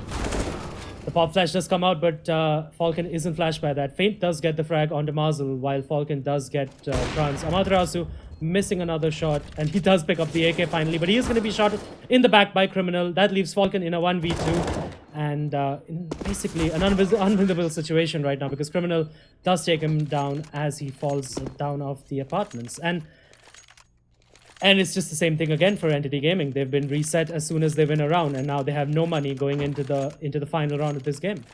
Actually, I say that, and they do have 3 M4s. My bad. Utility will be sparse, so which is why we do have the 2 pistols coming out for Falcon and Amaterasu. But yeah, this has been a very rough game overall. I mean, it's a saying in the Indian scene, if Hellranger's like close to top fragging on their side, something's really going wrong. Not dissing on Hellranger, the guy has shown that he does have the chops, but you know, when you have stars of the nature of a Marzel, when you have a Amaterasu, when you have Sai playing for you, and none of them are really stepping up. Marzel did have a couple of good rounds where there was one round where he got a 4K, which they won. I think it was the second round in this half, but that's not enough. Amaterasu is sitting on 3, Sai on 4, and once again, PES with a man advantage. And again, I like what they do here. Once the initial skirmish takes place, they slow things down a bit. Just slow things down, gather the sensors, just gather the troops, just wait for any aggression to come up from the CDs, and then it work together. You know, it's a slightly Navi-esque sort of an approach, a little bit more explosive, I'd say. And here they're going to be telegraphing the presence towards B. In the meantime, Poke finding Falcon, who was trying to sneak in from T-spawn. That A bomb site is completely bereft of any CT presence. But PES, they look like they're looking to commit towards this B bomb set. But Hell and Amaterasu playing together. Hellranger with the M4. I'm sure he spotted one player crossing on over. He's going to drop on down. Oh, did he not spot out Trans? This is curious, but a great call coming from PES. They're going to be making their way towards A. Now, Hellranger's got a lot of work to do. And bear in mind, Criminal and Poke are both pretty low. Poke is going to fall, and Hellranger's wary of the flank, which is there in the form of Trans. He spots a feed out. He spots him out, rattles off a few bullets. Now Trans knows where Hellranger is. Hellranger's taking the fight. He has no idea where the bomb is getting planted. He gets a kill onto Trans. Amaterasu finds Feint, and all of a sudden, it is a 1v2. Criminal with the AWP, and he's going to miss the shot. Amaterasu, he is on the hunt here. They know that he's all alone. And he goes to the flick shot, but the nade's going to sail in, and it's going to be perfect. Hellranger with a crucial 3k. I honestly felt that round would have gone the way of PES, but somehow Amaterasu and Hellranger pulling up the pants and stealing at least one more round for Entity Gaming. But 11-4. 4 rounds on the CD side. I don't think it's going to be enough at all, Adi. Yeah, I completely agree. And PS honestly shooting themselves in the foot right there, because they had the man advantage, right? It was 4v2. All they had to do was bunch up together and rush in. This is you kind of make these sort of mistakes towards the tail end of a game, right? You start overthinking things, and that's what cost them the round there. And we do have Criminal picking up the kit now on the pistol round for PES, while the rest of his players are on armor, and only Hellranger has utility on the T side. And it's going to be interesting what strat we see coming out of this. But the dot stop has been called by PES, and Hellranger is going to oblige. So we are going to replay the start of that round. But yeah, I mean, I agree with you, by the way. 11-4, even 4 rounds on the CD side isn't enough. Maybe at least if it was maybe 5 or 6, you would say it's workable. But we have seen crazier things happen, right? Entity can definitely come back from this. That's the beauty of Counter-Strike. You're never out until one team has reached 16 rounds. That is true. The magic number is 16 with PES. If they win this pistol round, things are going to get very rough for Entity.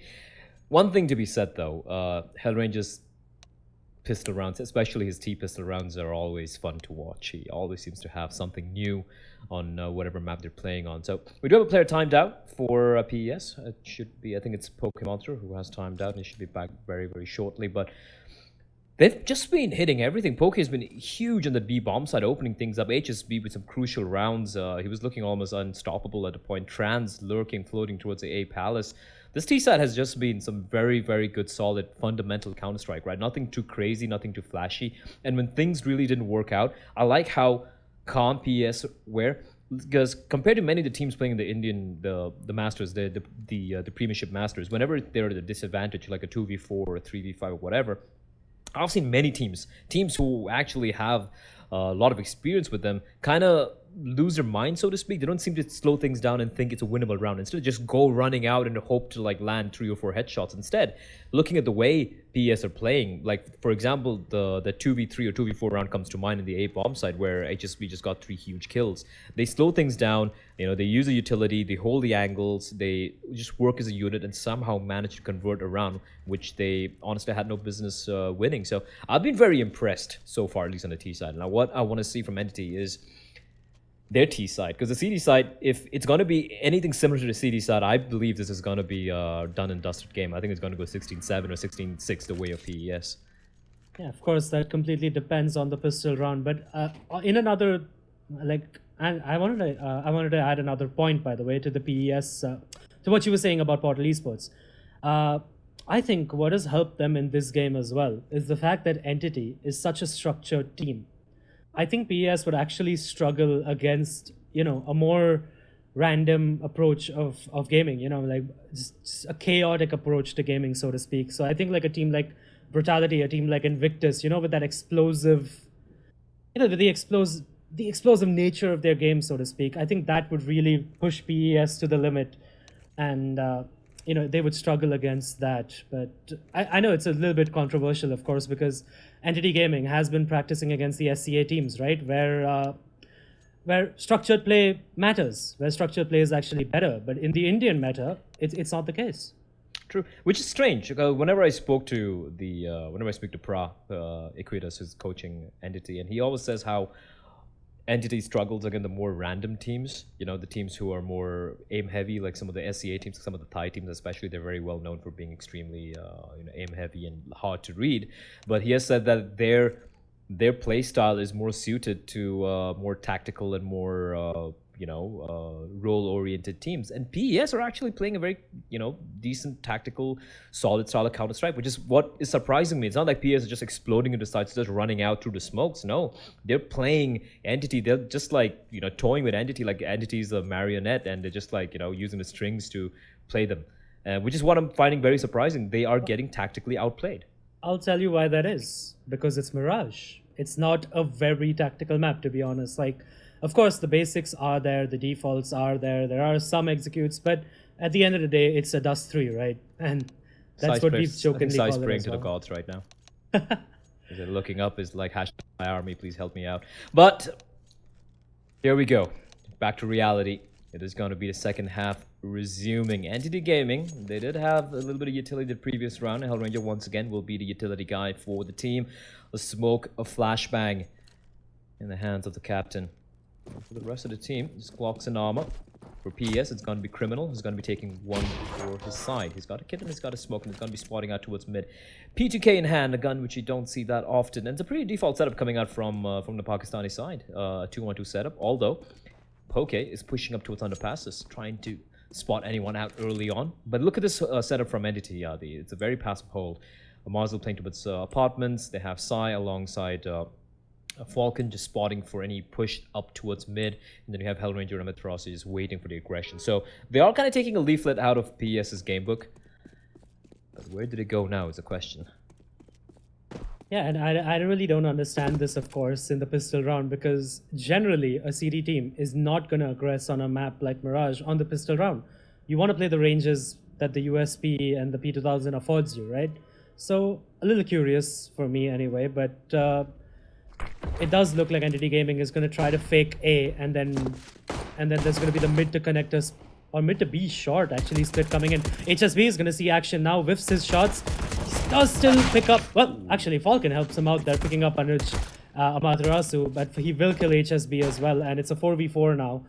And there are 3 players on the B bomb side for PES, but one of them is taken out of the equation by Falcon, making up for his team kill, going above and beyond now, making up for his team kill by getting 3 more frags. And Criminal, though, is going to get Marzel, and now he's still alone on the B bomb side. His backup has finally arrived, but Criminal has been shot in the back by Falcon, who's sitting on a 4K now. Falcon and Hellranger now in a 2v1 situation against Trans. They shouldn't be losing this, and this is a very important round for Entity Gaming, and hopefully they do pick it up. But Trans just destroys Hellranger. Now knows what Falcon is, but Falcon, he finally goes above and beyond, and the ace, the first ace of this game, and what a time to come alive for him. And by the most unexpected player as well, right? Your support player coming out, not your star player like Sai or Mazel. It's a support player bringing that ace out for you. Entity Gaming, though, now taking a timeout, which is smart because they do not want to lose another anti-eco. Yeah, I mean, that's got to be tickling at the base of the skulls, right? They won the pistol round on the CD side very convincingly. For those of you just tuned in, the first pistol round went the way of Entity, and it was a very convincing win. Although it came down to 1v1, it was a 3v1 at one point. I don't think HSP had any chance of winning it, so they won it convincingly. But then look at the story that has been told. It was basically PES winning almost 10 rounds in a row, almost, like, apart from round number 5, which Entity won, but then they got reset immediately afterwards. So they're going to be feeling the heat. They've gone for a very conservative buy, have the Indian side. 3 UMPs, a Mac 10 in the hands of Hellranger, and the Soul AK-47 in the hands of Amaterasu, which I think was dropped by Falcon. So Falcon playing for his team, not looking to go for glory plays, but Entity are committing full on for this A hit, Adi. I'm not a big fan of this. Well, unfortunately, it's because they don't have the information, but it is something Entity likes to do, and PES knows that. They do like to buy the SMGs, right, and a lot of utility, and then just execute upon a bomb site. And clearly, PES has been watching demos. The execute does come up. Trans gets pop flashed into apartments, gets a frag onto side. Then Falcon does get the reply, but Trans does get taken down by Amaterasu as well. 4v3 now. HSB with the Deagle. 1 Deag to Mazel's head. And now it's 3v3. The smoke's gonna run out. HSB.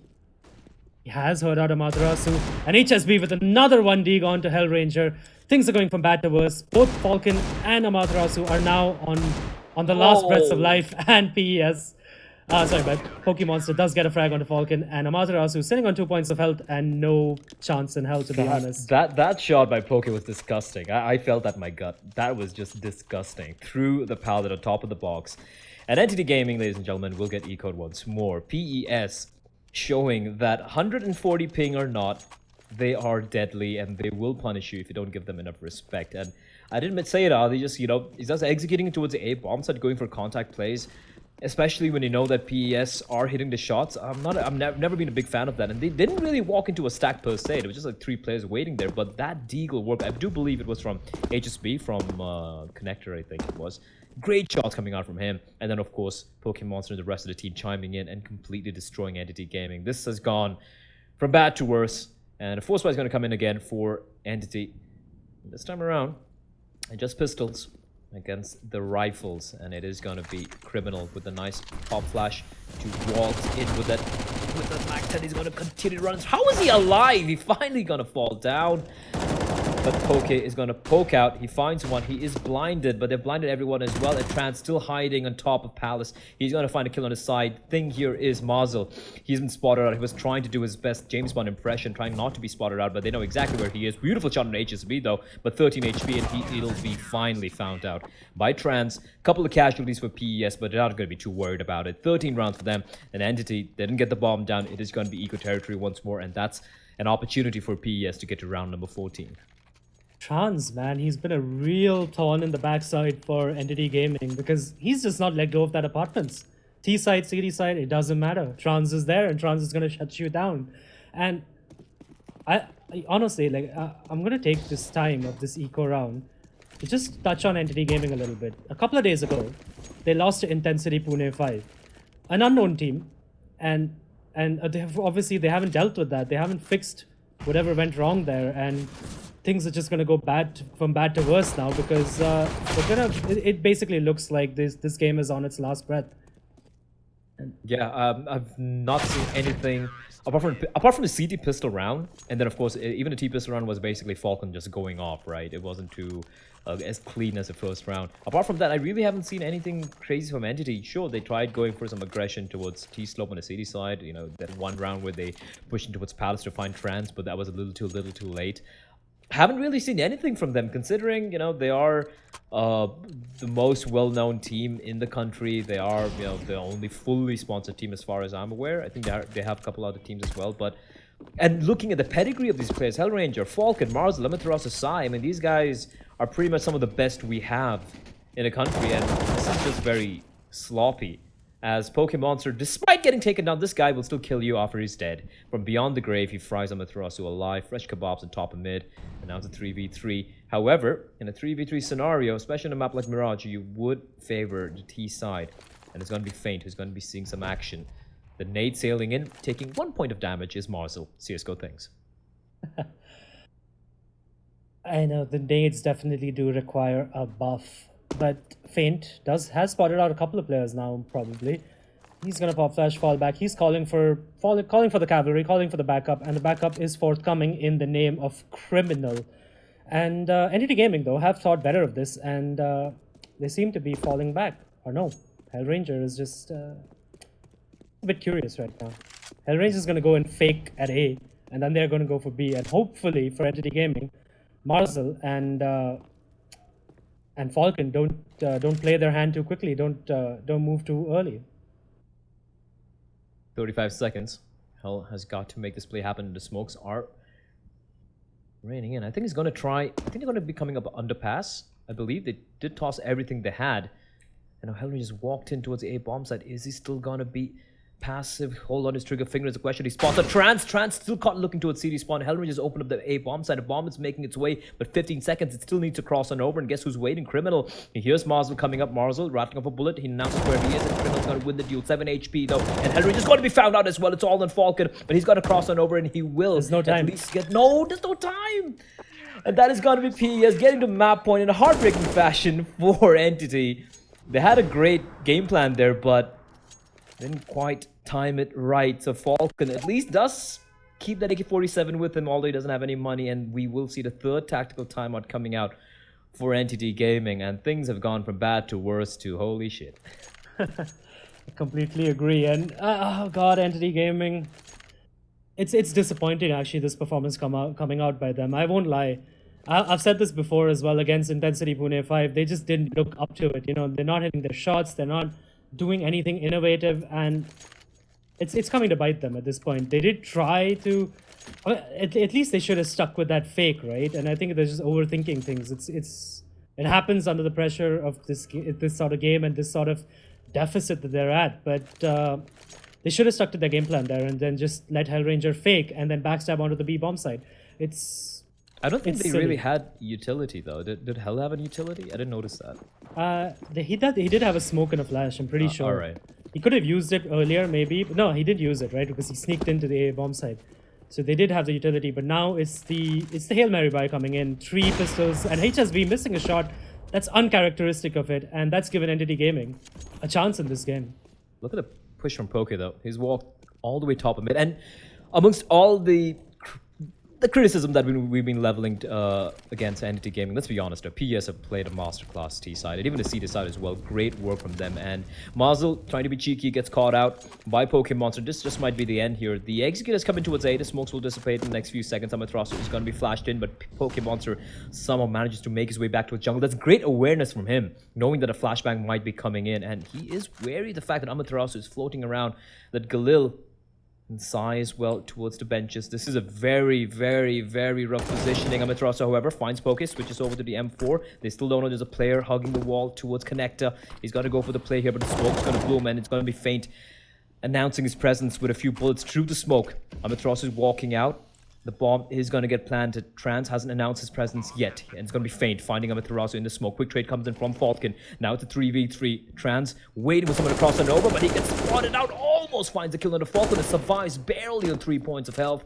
And now Sai with the UMP hugging the corner of the wall. Criminal will spot him out. Perfect timing from him. And Criminal finds a frag. Now it's Falcon. He's got to go big here. He's going to get the kill on the Trans. Looking for more, but it's all the Hellranger. Goes for the spray, but Criminal's going to take him down. And just like that, PES are going to demolish Entity Gaming. What a showing from the Pakistani side. Entity Gaming, they've never really felt like they were in the game. Yes, I completely agree. And Entity Gaming really needs to go back to the drawing board now and especially continue banning out Mirage because it's terrible. It's a terrible map for them. And but yeah, I mean, that's about it. I really don't want to break down this game any further because one team showed up, the other one didn't. And that's going to be it from us. I was Adi, and joining me was the ever jovial Blay. Yay. We'll see you again.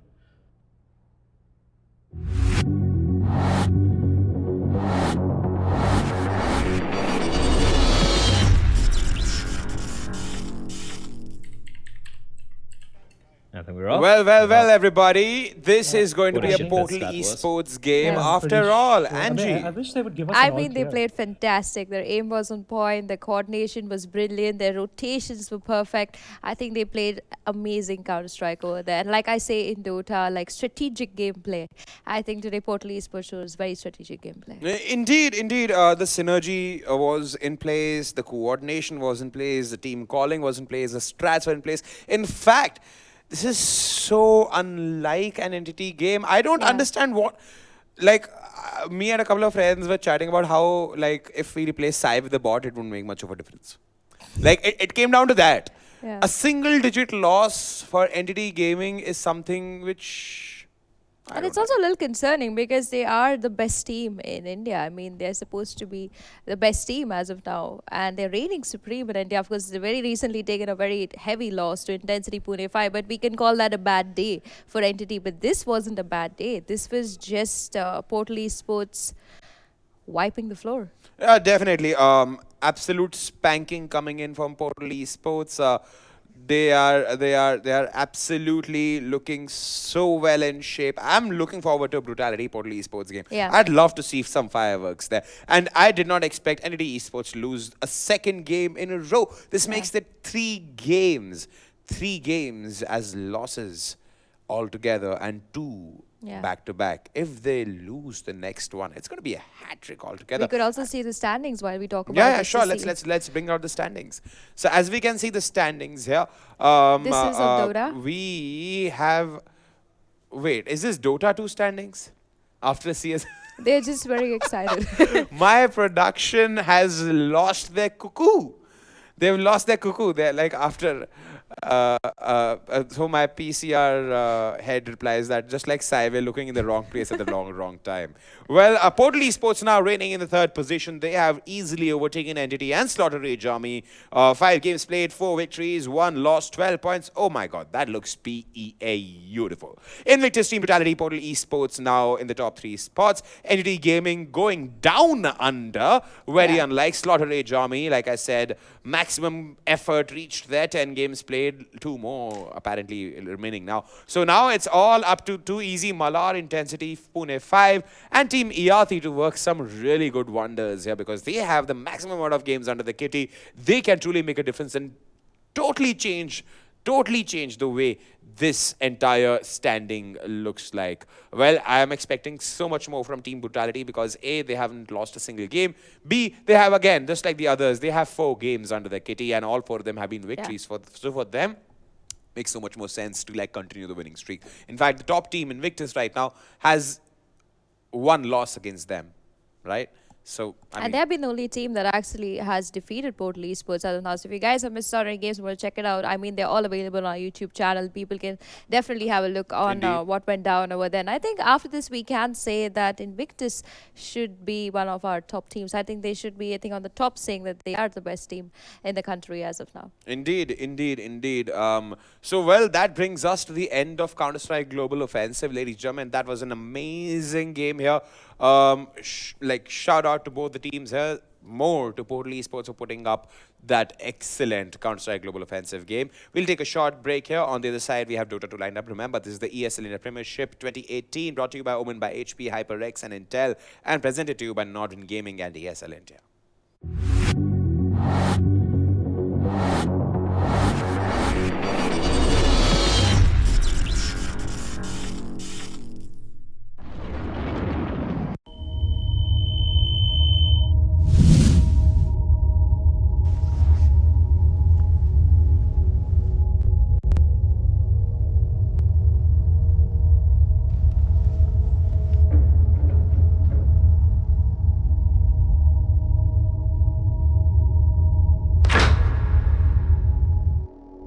Turn around 3 times.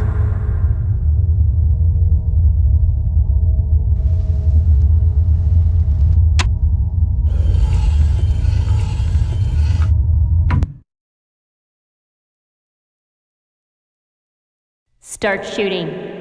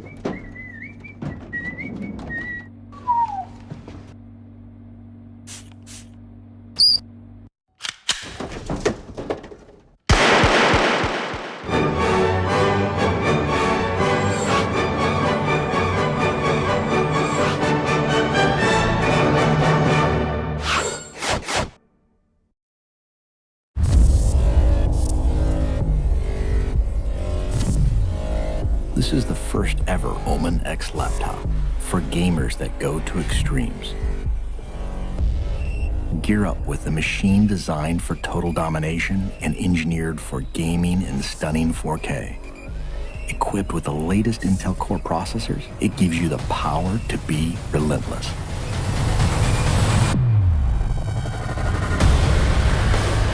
With a 17.3-inch diagonal screen and desktop-class graphics, you get maximum performance to be victorious anywhere.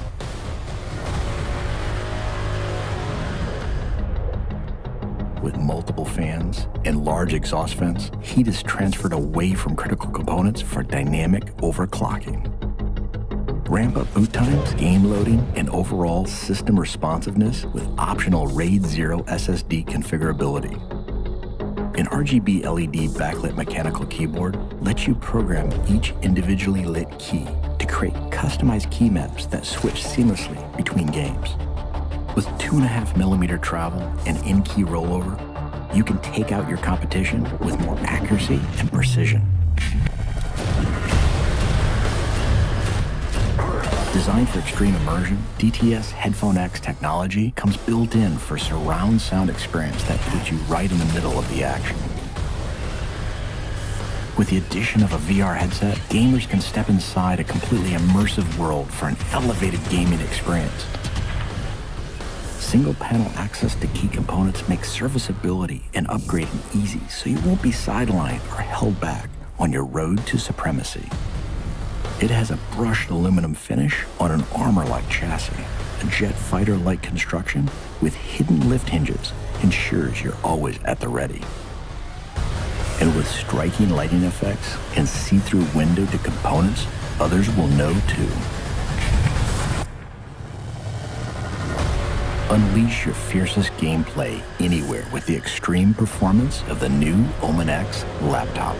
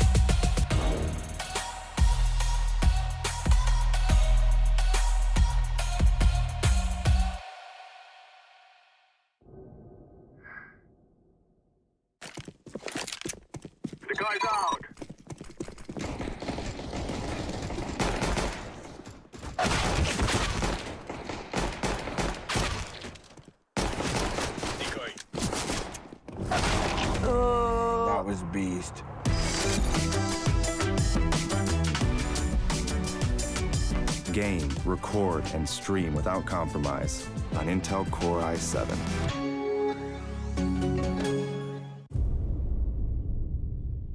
The ESL India Premiership 2018 has 3 seasons: summer, fall, and winter.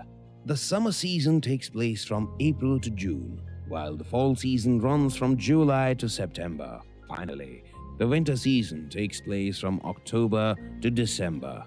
Coming to tournament formats, each season is divided into 3 tiers: the professional tier, the Master League; the semi-professional tier, the Challenger Series; the Open tier, the Starter Cups.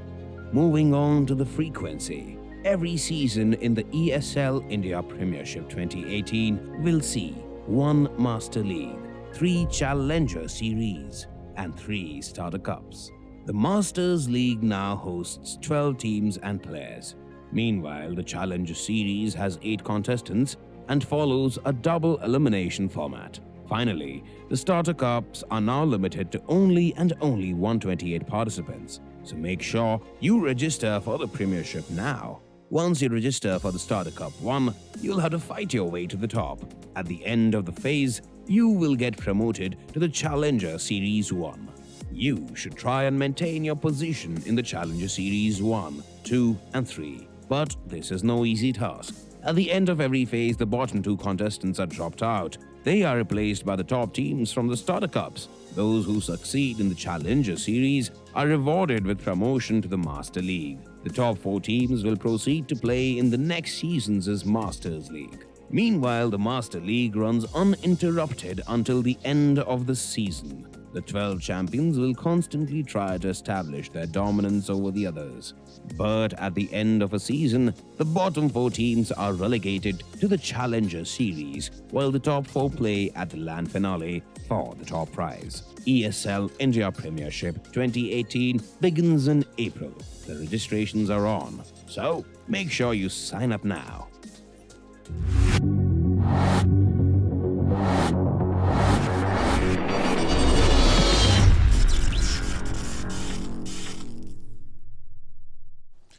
Welcome back, ladies and gentlemen, to the studio segment of the ESL India Premiership 2018, brought to you by Omen by HP, HyperX, and Intel, and presented to you by ESL India Northern Gaming.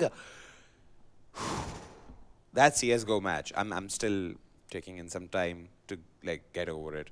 It was really good. Some really interesting stuff this.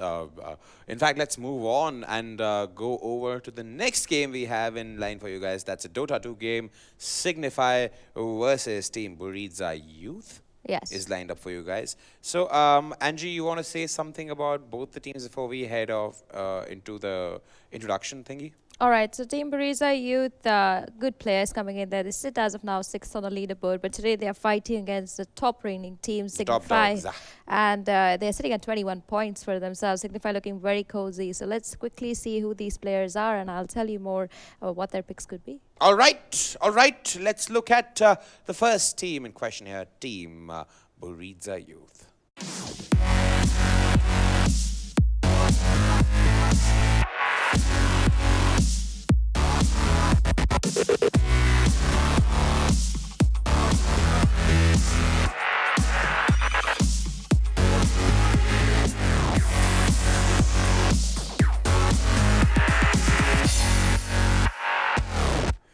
Well, ladies and gentlemen, that's Buriza Youth there. Pretty interesting set of lads. Yeah, they are from Delhi, and they also are the sister team of Team Buriza. They're supposed to be considered the second team of Buriza, and they're doing fine. I mean, sitting on 6th on the board, they have a very heavy chance of coming into the land finale. But today is a very, very risky game for them, and they got to put their socks up and be ready to fight, and fight very hard. So I hope they have it in them to do so. Okay, then let's quickly take a look at the second team in question here, Team Signify.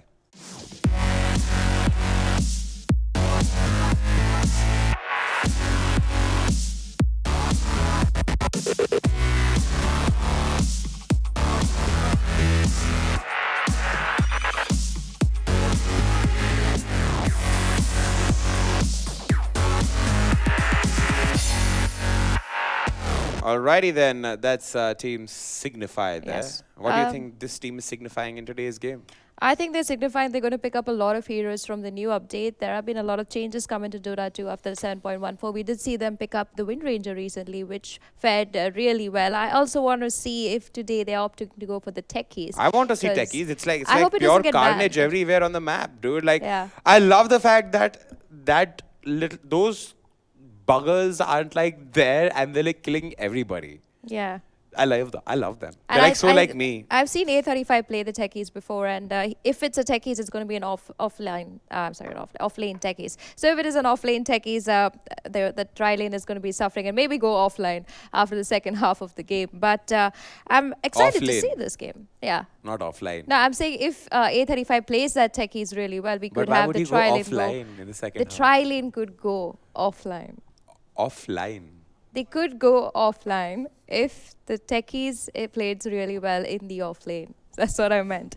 Anyway, but as we speak of this team, they are reigning top and they are reigning very strong. Of course, in the international scene, they are still struggling a little bit. But in the Indian scene, they are the dominating team. Today, Team Buriza youth are looking pretty decent. I mean, they could really line up. They like to play a 5-man push. I've seen them play that before. They also like to play the Visage a lot. They are very versatile with their picks. This is the only team, and I had this discussion with Gautam once. He did tell me, is there a Storm Spirit as of now picked up in the ESL India Premiership? Yes, there is, and that is with Buriza youth. So they do like to play that Storm Spirit in the mid lane. We have Then we seen might the get to likes see of some that. SS. I hope to see that. I hope to see whether they do plan to play the Storm Spirit. Interesting. So the draft is live, I'm informed, and 2 bans already occurred. Nyx All right. Assassin Tusk banned by Buriza. Sand King Omni Knight banned by Signify. Good Waiting ban for the coming there third from ban Signify. here. This is going to be pretty interesting. The Tusk ban is on point. That also indirectly says that techies is still open for Signify to pick up. Interesting. We We see an IO ban. That's Much needed. smart.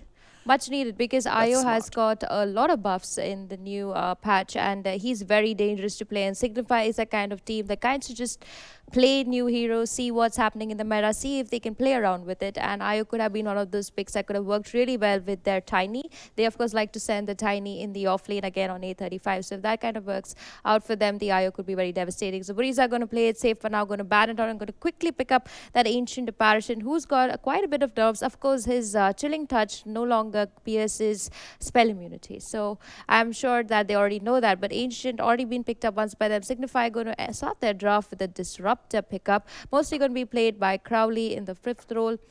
Fares well. I mean, knowing that it's a 5th role pickup, it's nice.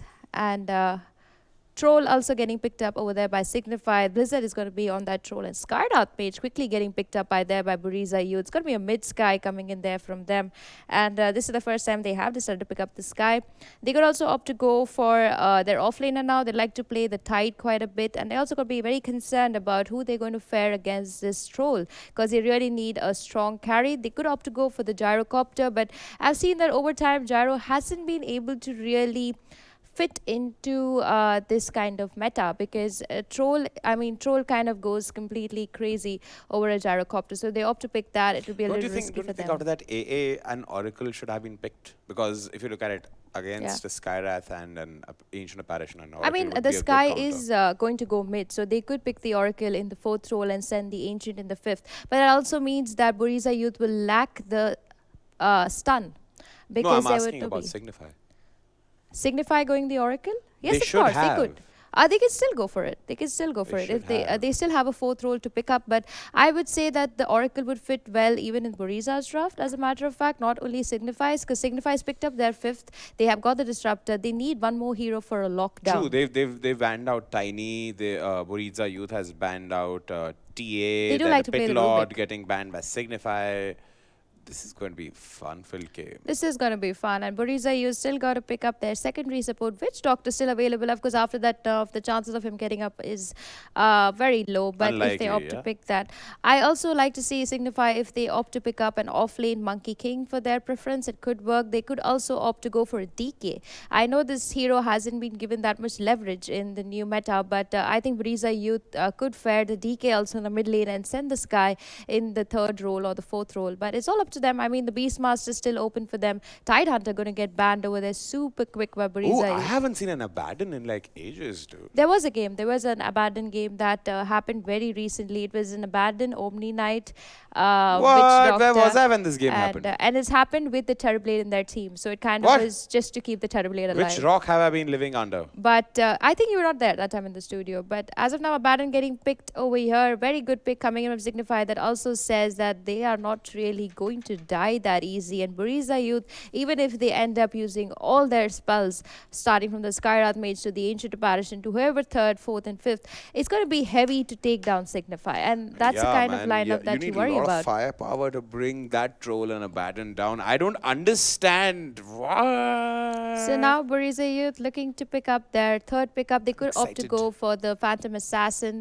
Recently, I've read a lot about her. She does have the inbuilt cleave given to her. She has a crit damages, so she could be really strong in Buriza Youth's draft. Also, the good part about the Phantom Assassin is she doesn't really need that much of farm. You know, when you pick her up in the early stages, you just got to make her reach level 6. You got to get that BKB running on her, and she's pretty devastating. PA, right? PA, yeah. But for now, Buriza Youth going to quickly pick up that Legion Commander for their which has been countered with an Elder Titan. Signify is all set. They know what they have to play. It just looks like it. They know what they have to play. And this also means that the Abaddon is not going to be going the normal off lane. I think he could be going in the off lane if they go for a 2-1-2 draft. That would be the Elder Titan, the Abaddon sharing the off lane while the Troll and Disruptor going top. But they could also opt to send the Abaddon even on the mid lane. I mean, he's the kind of hero that you can send anyway. And Buriza Youth going to pick up that Phantom Assassin super quick. They're looking pretty fine on that. I mean, I do like the pickup coming in from them, but also makes me question how strong are you? You got to have another tank to deal with all this damage coming in from Signify, because if that Disruptor catches you,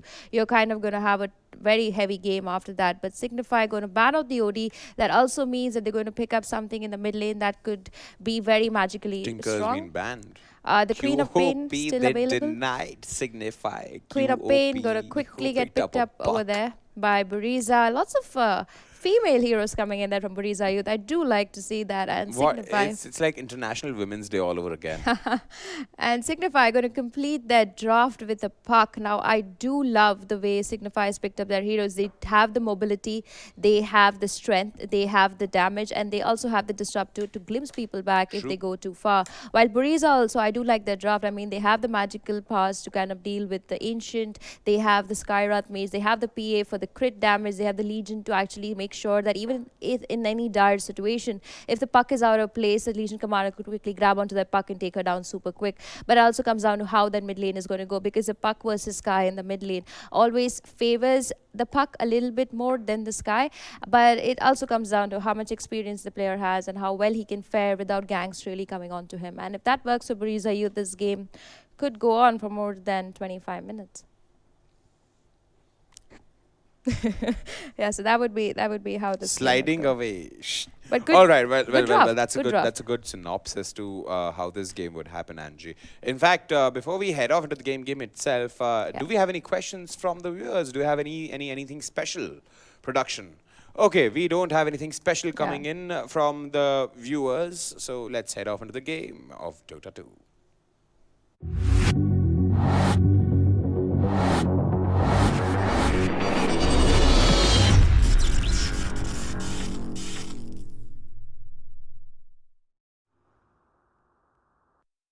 Alright, ladies and gentlemen, a big warm welcome back. You're watching the ESL India Premiership. We're here for the summer season. Signify is going to be taking on Buriza Youth in a best of 1 today.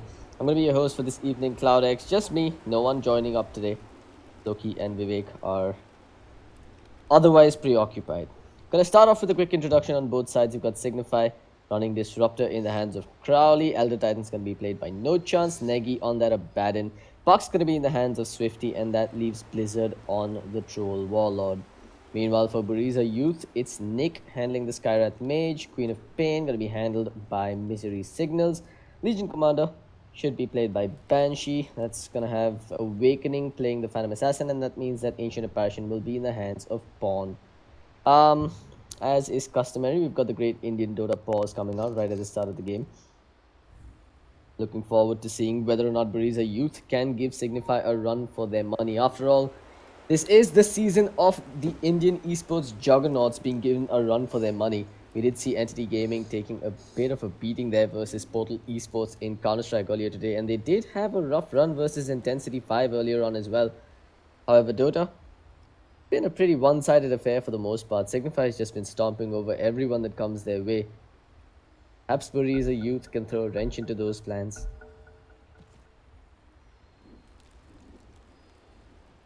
Quick look over at the lanes. We're going to see Phantom Assassin, who started off with 2 mangoes, surprisingly, and a Stout Shield. Okay, then that's a bit unconventional, I have to say. They are up against an Abaddon solo here. I'm wondering if Signify even considers running a dual lane with the Abaddon and the Elder Titan up top. No Chance is known to play that highly active 4-position role. He's going to be playing the Elder Titan for this particular game, and yeah, I think that's what he's going to do. He's probably going to start up on the top lane with an Elder Titan and an Abaddon on this dual off lane. I'm not certain that an Ancient Apparition, a Phantom Assassin, and a Skyrath Mage would have enough to deal with him. But I'm also looking at the Skyrath Mage, who's opted to pick up core-ish items, starting off with a Null Talisman as well as an Enchanted Mango. What the hell is going on? Why the hell does everyone have so many mangoes on the side of Buriza Youth? 1 on the Skyrath Mage, 3 on the Legion Commander, 2 on the Phantom Assassin.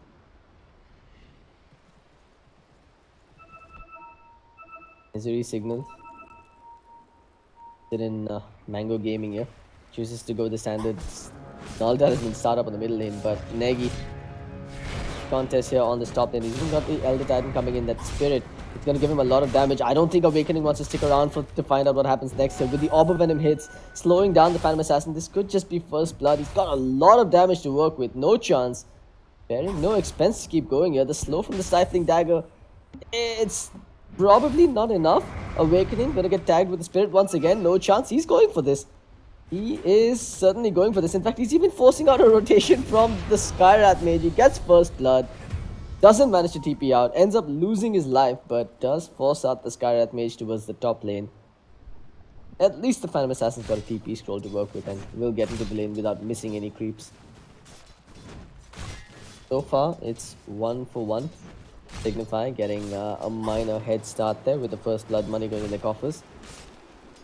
The fact that Negi was left uncontested for the early few minutes, or the early few seconds, means that he will be able to sneak in a quick level 2. Bottom lane looking. Got Legion Commander dealing with Crowley on the side. They're just duking it out.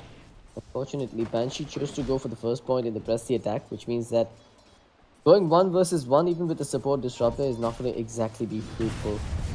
Skyrath, meanwhile, he's made the long walk back towards the bottom lane here. He'll start off with the concussive shot, so his harass potential isn't really where he wants it to be.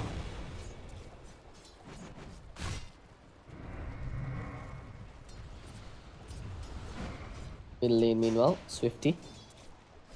Go for the magic wand. No early bottle rush coming out from either side. We're also seeing a secondary Null Talisman queued up on the Queen of Pain. So, ideally, I'd say that Swifty on the puck should have the upper hand in this lane matchup. Mostly because, A, the puck has a better attack animation. B, he's got slightly higher base damage. And C, he's got a way to dodge the Shadow Strikes. But while I yabber on about that, bottom lane, you've got a kill coming out. Crowley scoring the one on Nick on that Skyrath Mage. While Blizzard will survive. He did start off with the Quelling Blade here, protecting that Battle Fury on the Troll Warlord like he's done before. Crowley picks up 1 bounty rune. He's even going for the second one. Skyrath Mage isn't going to be able to do much to stop this. In fact, I think Crowley might just take the safe route and TP out. Yeah, that's what he's going to do. 2 bounty runes in exchange for a TP scroll expended, a base strip where he picks up more items, and as I skip up to the top lane, Ancient Apparition hits the deck. Apologies, folks, missing a couple of kills here. Camera control not on point. 3 to 1, Signify still taking the lead at 2 minutes in. 50. Back eventually. But he seems to be having a ball of a time here on this middle lane as well, sitting at a CS of 10 and 5, up against the 6 and 1 of the Queen of Pain. So far, Signify pretty much winning all 3 lanes with a 1000 net worth lead going in their favor as well. Look like they've got a comfortable start here.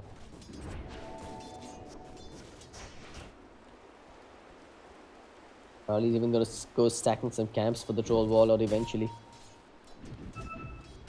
I'm not too certain what these dual lanes are meant to accomplish because I don't see the troll and the Skylar mate being synergistic. Well, they're gonna prove me wrong. You're going to work on Crowley, doing a fair bit of damage with those arcane bolts and the concussive shots. One more concussive shot and overwhelming odds. It's not enough. Crowley's still making a run for it. All the while, Blizzard is just going to town on both of them. In fact, they've walked into a whole radiant creep wave. This cannot end well for Buriza Youth. The whirling axes come out as well. Nick trapped in there with the kinetic field. He's got a Thunderstrike for the vision if he absolutely needs it. Blizzard going to work, gets the right clicks in. They will get the kill on Nick before Crowley loses his life, and it even forces out a rotation from Pawn. But because of that rotation, Signify senses an opportunity on the top lane and scores a kill on the Phantom Assassin. Across the map, I'd say that goes heavily in favor of Signify, scoring one kill on either side of the map here. Banshee in trouble once again, slowed down with the thrown whirling axes. Banshee without shield seems to be enough to save him from Crowley's auto attacks. However, if he lands the Thunderstrike, he might get that kill. Top. He missed on the Echo Stomp.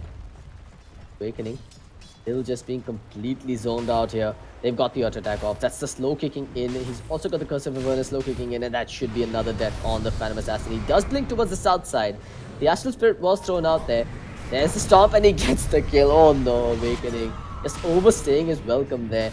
This forces a rotation from the Queen of Pain, who actually might end up going down herself. One more hit from No Chance might have done it. Negi, however, ends up going down, but it is a deny. That's a lot of movements up towards the top lane. In fact, 4 heroes moving up top. That ends up with 1 deny and 1 kill. It's still a trade that favors Signify. Wizard, the bottom lane, able to duke it out with Banshee here. He does have the overwhelming odds, and I'm surprised he didn't drop them when the creep wave was in the vicinity, because might have been the damage and the movement speed needed to secure a comfortable kill, but he's gonna get the kill nonetheless. Chasing him down under the tier 1 tower. Now Crowley has the glimpse, sends him back under the tower, gets the Thunderstrike off for the vision. The kinetic field was there too, but Banshee's fairly tanky. Unfortunately, he doesn't have a TP scroll available for another 40 seconds. He can duke it out with Crowley here, mano a mano, with a moment of courage ticking in time and again. Crowley may not be in the best position, but the Thunderstrike magic damage will secure the kill. Elsewhere on the top lane, Negi also managed to score a kill on the Skywrath Mage, and now they're going for more. Blink away from Awakening. Be enough, no chance. And once again with that 75 bonus damage, no Phantom Strike available for 2 more seconds. Negi, he's okay with this. He's just continuously farming under the tier 1 tower of the enemy team. Look at this. If you drop down the net worth chart, you've got 4 heroes on the Radiant. That is 4 heroes on the side of Signify leading the charts here. To the point where the support Elder Titan is further beyond the LC, who's a core on the Dire offlane. This isn't going well for Buriza Youth at all.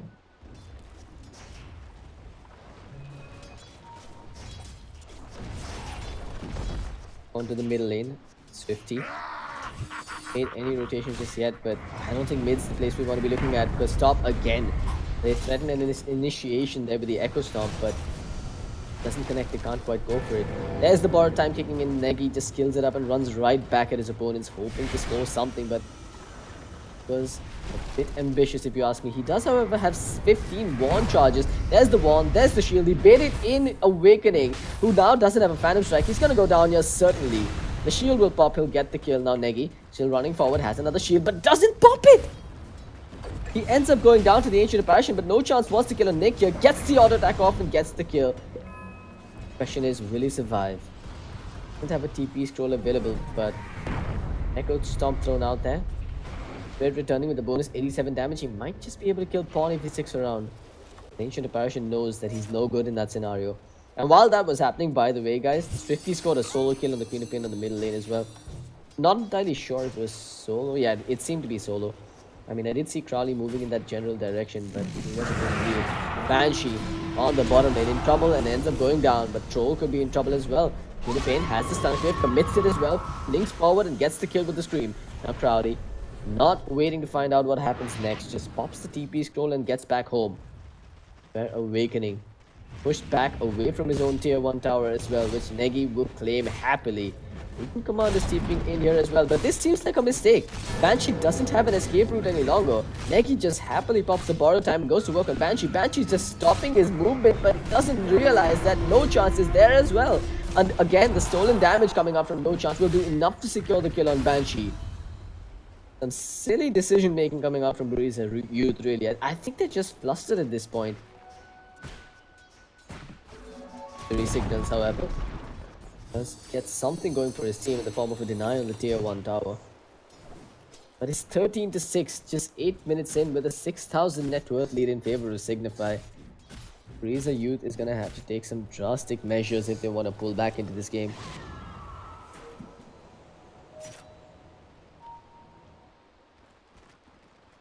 Nick, that TP scroll if he wants to bail from here. Alternatively, he could look for the backstab. Ancient Seal on Swifty, perhaps they could score a kill, but look at this, Signify just securing vision around the bottom tier 1 tower before committing to it.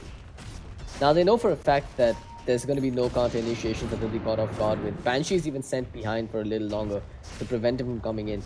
Of course, he doesn't have a blink dagger. I mean, he's been beaten up way too much. Battletrons pop, this tier 1 should fall, but they're still in position to take this fight with Nick standing behind. Unfortunately, there's just no way to initiate. Now, Nick's been spotted out. He doesn't quite pop the TP just yet. The Dream Coil dropped defensively, but they can't quite get Swifty out of the fray. He gets silenced up with the Ancient Seal, but he's still going to be able to run it off. All the while, Negi's just pushing out this top lane without a care in the world. All 5 heroes on the side of Buriza Youth on the bottom lane can't quite get anything done. There's No Chance coming in. They do have the Spirit out there on the front lines, and with the slow coming out, perhaps they can connect the Echo Stomp as well. Echo Stomp is there. It will connect on the Phantom Assassin, but they can't quite commit over there. Now Banshee's in trouble. They'll go in and they'll punch him in the back with the briefcase of No Chance. Banshee's down. The Glimpse is there, and that will be the death of Pawn as well. 2 kills, both going in favor of Swifty. His Veil of Discord is now flying out on the Courier, and they'll get what they came for in the first place, which is that tier 1 tower. Now Misery signals. Not the blink available, but he's gonna pop it is the question. He's just gonna hide for now. Fortunately, he's not gonna be able to do much to stop his own tier 2 from taking damage again. But once again, they've got this backstab position going with Misery Signal standing behind. Perhaps they could come in from the front and secure a couple of kills. Tier 2 in jeopardy. The Echo Stomp dropped as well. Still going to work on it, but Banshee's coming in with the overwhelming odds. No Chance jumped upon. They might even have to commit the Sonic Wave, but look at this. No Chance still alive through all of that. The Sonic Wave is finally there as No Chance drops, but that'll also come at the cost of the Queen of Pain's life. It's a 1-for-1 trade with the Queen of Pain dropping in favor for No Chance. But no, I still think Signify are okay with that.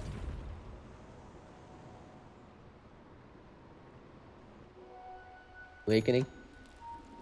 Struggling to get any items on board here. Ace Boots queued up. On the other side. But the Troll Warlord is inching closer and closer towards the Battle Fury. However, the real economic winner here is Swifty. Got himself the Veil of Discord online. The Glimpse, the Veil's gonna be dropped as well if they really want to commit here, but looks like they're gonna have to bail on Crowley and back away. Even the deny coming up from Swifty will throw insult upon injury. Swifty gets that 1 kill, moves forward for Misery Signals, who's also gonna die. Textbook DOTA coming out from Signify, just sensing their advantage in these minor skirmishes and just exploiting them to the maximum. Not giving Buriza Youth even a quarter to move about and just rushing them all over the map. Awakening.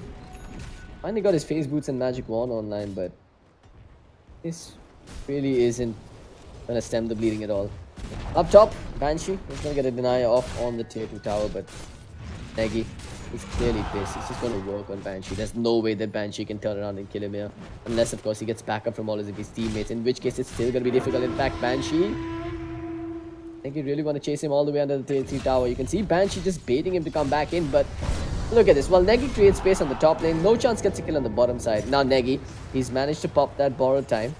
Let's back away. Banshee can't quite come in with a duel just yet, for fear of what lies in the vicinity. There we go. Banshee goes in, gets the duel. He's actually caught the Disruptor and gets the duel victory off as well, but is he going to pay for it with his life? Indeed he is. They end up trading 2 for 1 though, as Negi drops as well. Elsewhere though, Lizard and Swifty bring down Misery Signal, so the Quap dies too. Just an insane amount of action across the map here. Signify just having fun.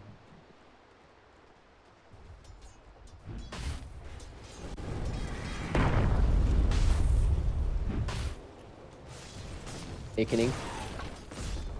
I mean, there's so much riding on his shoulders here to pull his team back into this game, but at this point, I don't even know if that's going to be enough.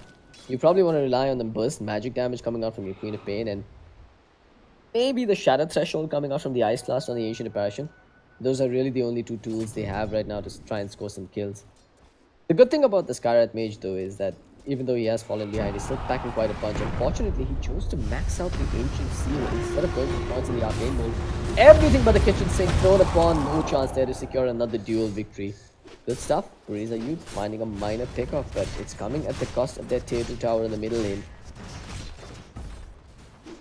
And she unfortunately still nowhere near his own Blink Dagger.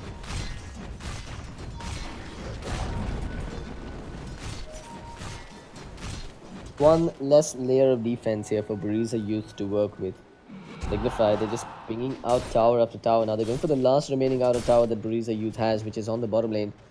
Banshee, he's gonna get spotted here. He doesn't have a way out. The Dream Call might not even need to be expended here. Gonna be a death on the Legion Commander before they go for the tier 2. And Blizzard's even gonna get the kill with the Whirling Axis. Awakening. Using this little space that his teammate's death has created. Try and farm and split push, but Blizzard's gonna be there to prevent a free tier 1 tower from going in favor of Awakening. Really no rush right now for Signify to finish this game. I mean, they're almost certainly gonna get this tier 2 tower here. Without any contest, in fact. No chance. I mean, Blizzard, he's almost at his battle fury as well, which means that if they do want to slow down and farm rate is gonna get accelerated significantly. Fine. Oh, okay then. They're just going high ground 4 versus 5. This is new. Blizzard's nowhere near them. But they don't care. They're just going to work on the tier 3 tower. Nagy. A bit of a beating here. Gets silenced up. Pops the borrowed time and shrugs most of it off. There's the Echo Storm coming out. Connects on just one. A Kinetic Field, a Waning Grip, and an Injury Orb. Does a fair bit of damage upon Banshee, who's now being controlled with the Static Storm, but it's not enough. The Glimpse is there, pulling him back. Is he gonna die? No, he isn't. He shrugs off the debuffs with the Prestige attack and survives by the skin of his teeth. However, Crowley will end up paying the ultimate price. Signify. Gonna get clipped with a Sonic Wave. That's gonna be the death of Negi as well. A 3-man Dream Call with an Earth Splitter in the middle of all of it with the silence coming out. They'll get 2 quick kills. And now they're going for more. Awakening ends up using the Phantom Strike upon an ally to get himself back out there. But Signify mean business. They're still going for the tier 3. No chance. He's just fountain diving. Echo Storm won't quite connect. And Awakening will survive. I think they want this tower. This is gonna pop the battle trance, take the tower, and back away. No, never mind. They want to end the game. There we go. No chance. Has he just left his keyboard? Gets dueled up. Silence coming out from Swifty. Gonna end up dodging the Ice Blast, but the debuff is still applied. That's a death on no chance. It's not a duel victory though. Swifty will be there. This is Signify just playing with their food at this point. There's no reason for no chance to have been sticking around there. They're just that confident they're gonna win. Well, at least he made space for this Rosh takedown. Again, Blizzard. A quick work of Roshan and will pick up that Aegis. Guys, you should be thrown over towards Blizzard, but Negi looks like he's positioned to pick it up. Yeah, they're gonna get the Blizzard.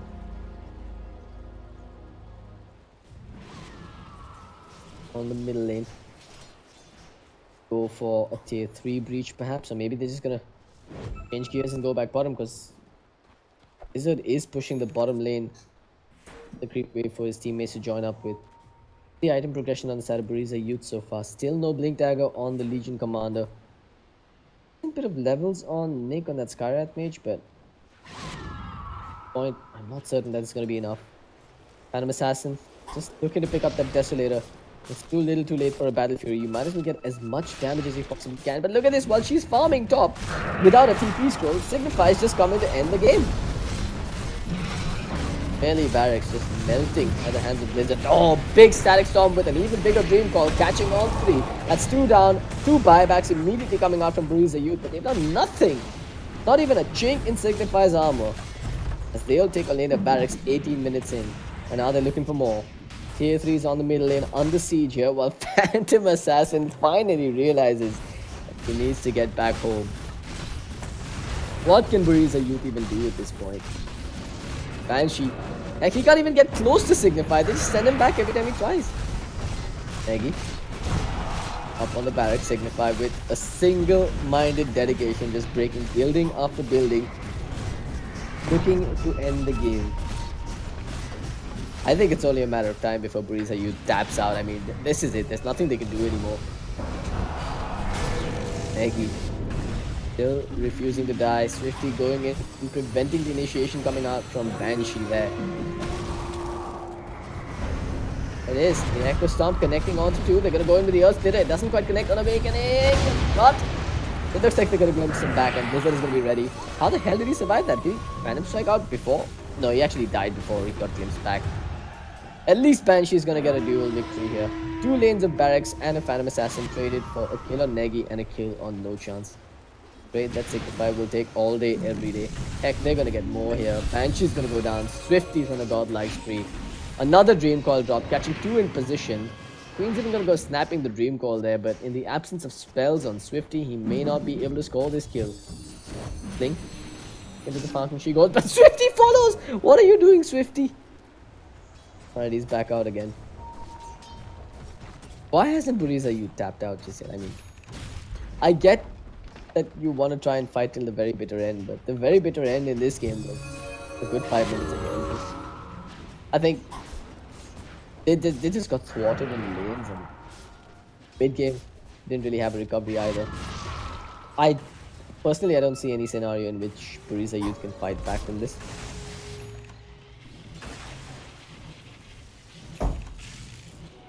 Hey, I guess it doesn't hurt to try. Signify. Look at this, and Crowley's even gone and picked up phase boots. The heck of it.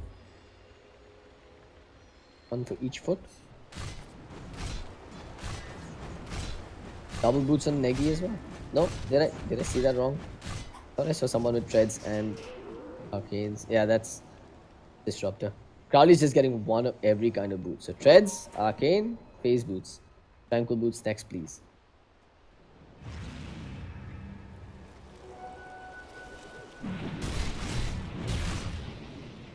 There's a simple Sanjin Yasha and Battle Fury.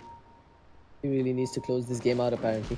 And she meanwhile is just tucking himself inside the trees. I don't even know what this is supposed to accomplish. It's not like he can score a solo dual kill on any of Signify's heroes at this point.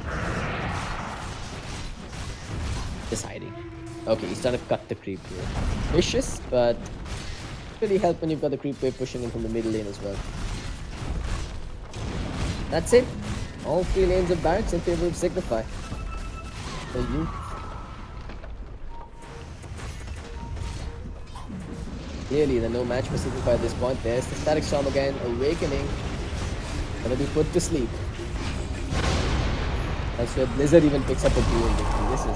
This is getting dirty at this point. There it is. Finally, the GG comes out when all 3 barracks have dropped and Signify enters the fountain. The GG will be called and Buriza Youth end up the game. But someone has clearly cancelled the GGs as well. There we go. Signify with a very comfortable victory, yet to be challenged at the ESL India Premiership. A 21-minute finish for them. We'll see them staying on top of the table. Hope you guys have had a blast. This is CloudX signing out for this evening. I'll see you back again tomorrow for more ESL India Premiership Dota 2 action.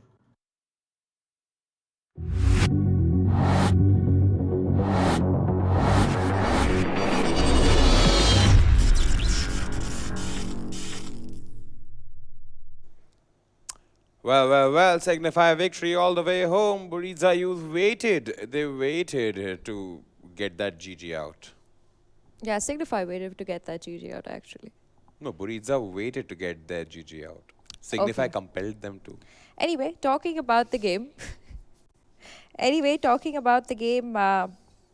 I mean, just looking at it, Signify just always has the same strategy they've been following in every single game of the ESL India Premiership. You start with just the basics of taking down towers. That's where you basically build your net worth, you build your lead of gold, you get your basic items running. Now, Buriza tried.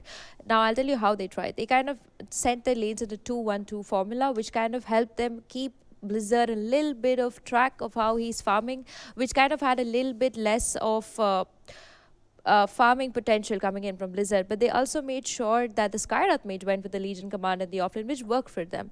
And another given time, we saw that in the top lane, we had the Abaddon and the Elder Titan going up against the PA and the Ancient. Now, this is my worry because I understand Buriza trying to make sure that Signify doesn't get that push in the early game, but they didn't think about what's going to happen to their carry if they kind of send one of their supports in the off lane. And that's what kind of happened because PA just completely got dominated off a lane. She was literally running to tier 2 to kind of make sure that she survives. And at a point, that kind of triggers a player because, you know, you got to first maintain your lane, you got to face a 2-people lane, and then you got to keep that going. And that is very hard for a team. And Buriza kind of had a problem there. And that's why they started losing the fight. Mid lane was fine. I mean, I understand Queen of Pain versus Puck does win the lane. It's a prominent factor, but she was holding her ground. The lanes that lost were the bottom and the top. And I think Banshee, who was playing the Legion Commander, she tried her best to kind of make sure that she could get whatever duel she could. But it kind of really didn't help that much. We saw by a mark of 14 minutes, Signify was in a 13k lead. They had taken down most of the towers. They were aiming tier 2 tower. And that's also another very risky thing for a team like Team Buriza. And at 16 minutes, we had Signify, who was literally charging on the tier 3 of Team Buriza, and the Phantom Assassin, she wasn't even there. She didn't even know that she needs to carry a TP to kind of go back to base and see that she could take a fight. Now, this could be two things, that maybe she just gave up already and she was like, I really don't want to take this fight anymore. I've really got owned a lot in my top lane. Or she just really didn't realize that her tier 3 racks are going. And that was the last fall that I saw Buriza. Buriza didn't manage to even take down one tier of Signify's game, and this also comes to say that Signify won in 3 phases. They won in net worth, they won in tower count, and they won in 2-man fights. Even if we saw one player of Signify fall, and I'm just talking about a support, the return for that the Buriza had to pay was their mid and was another main core. And till teams in the ESL India Premiership figure out that, you know, Signify has this basic strategy, we got to like sort out every single bit of it if we want to win against this team, I don't really see anybody really breaching that power and taking over Signify. Whoa, that's some detail level stuff Yes. there. I think that sums up today's edition Definitely. of Dota 2 here in the ESL India Premiership, ladies and gentlemen. This also officially brings us to the end of today's stream. Yeah. So before we go, minor announcements. First of all, shout out to amazing sponsors, Omen by HP, HyperX and Intel, the people presenting it to you, Northern Gaming, ESL India. And now moving on, I thought why not end it on a high note. Do we have questions or any comments from the viewers, production? Okay, we do not. So then that wraps it up. This is, oh, okay then. Okay, so like I was saying, this brings us to the end of today's edition, the stream of the ESL India Premiership 2018 today. We'll be back again tomorrow with more esports. I was waiting for Angie. With like, more exciting games. oh my God, I'm waiting for her and she's like, Yeah. wow. Okay, no, we'll be back again tomorrow with some really intense games tomorrow. But today, that's all we have. I'm your host, Vagish Gotslebhan. And I'm Zara Angela Gonzalez. And we'll see you tomorrow.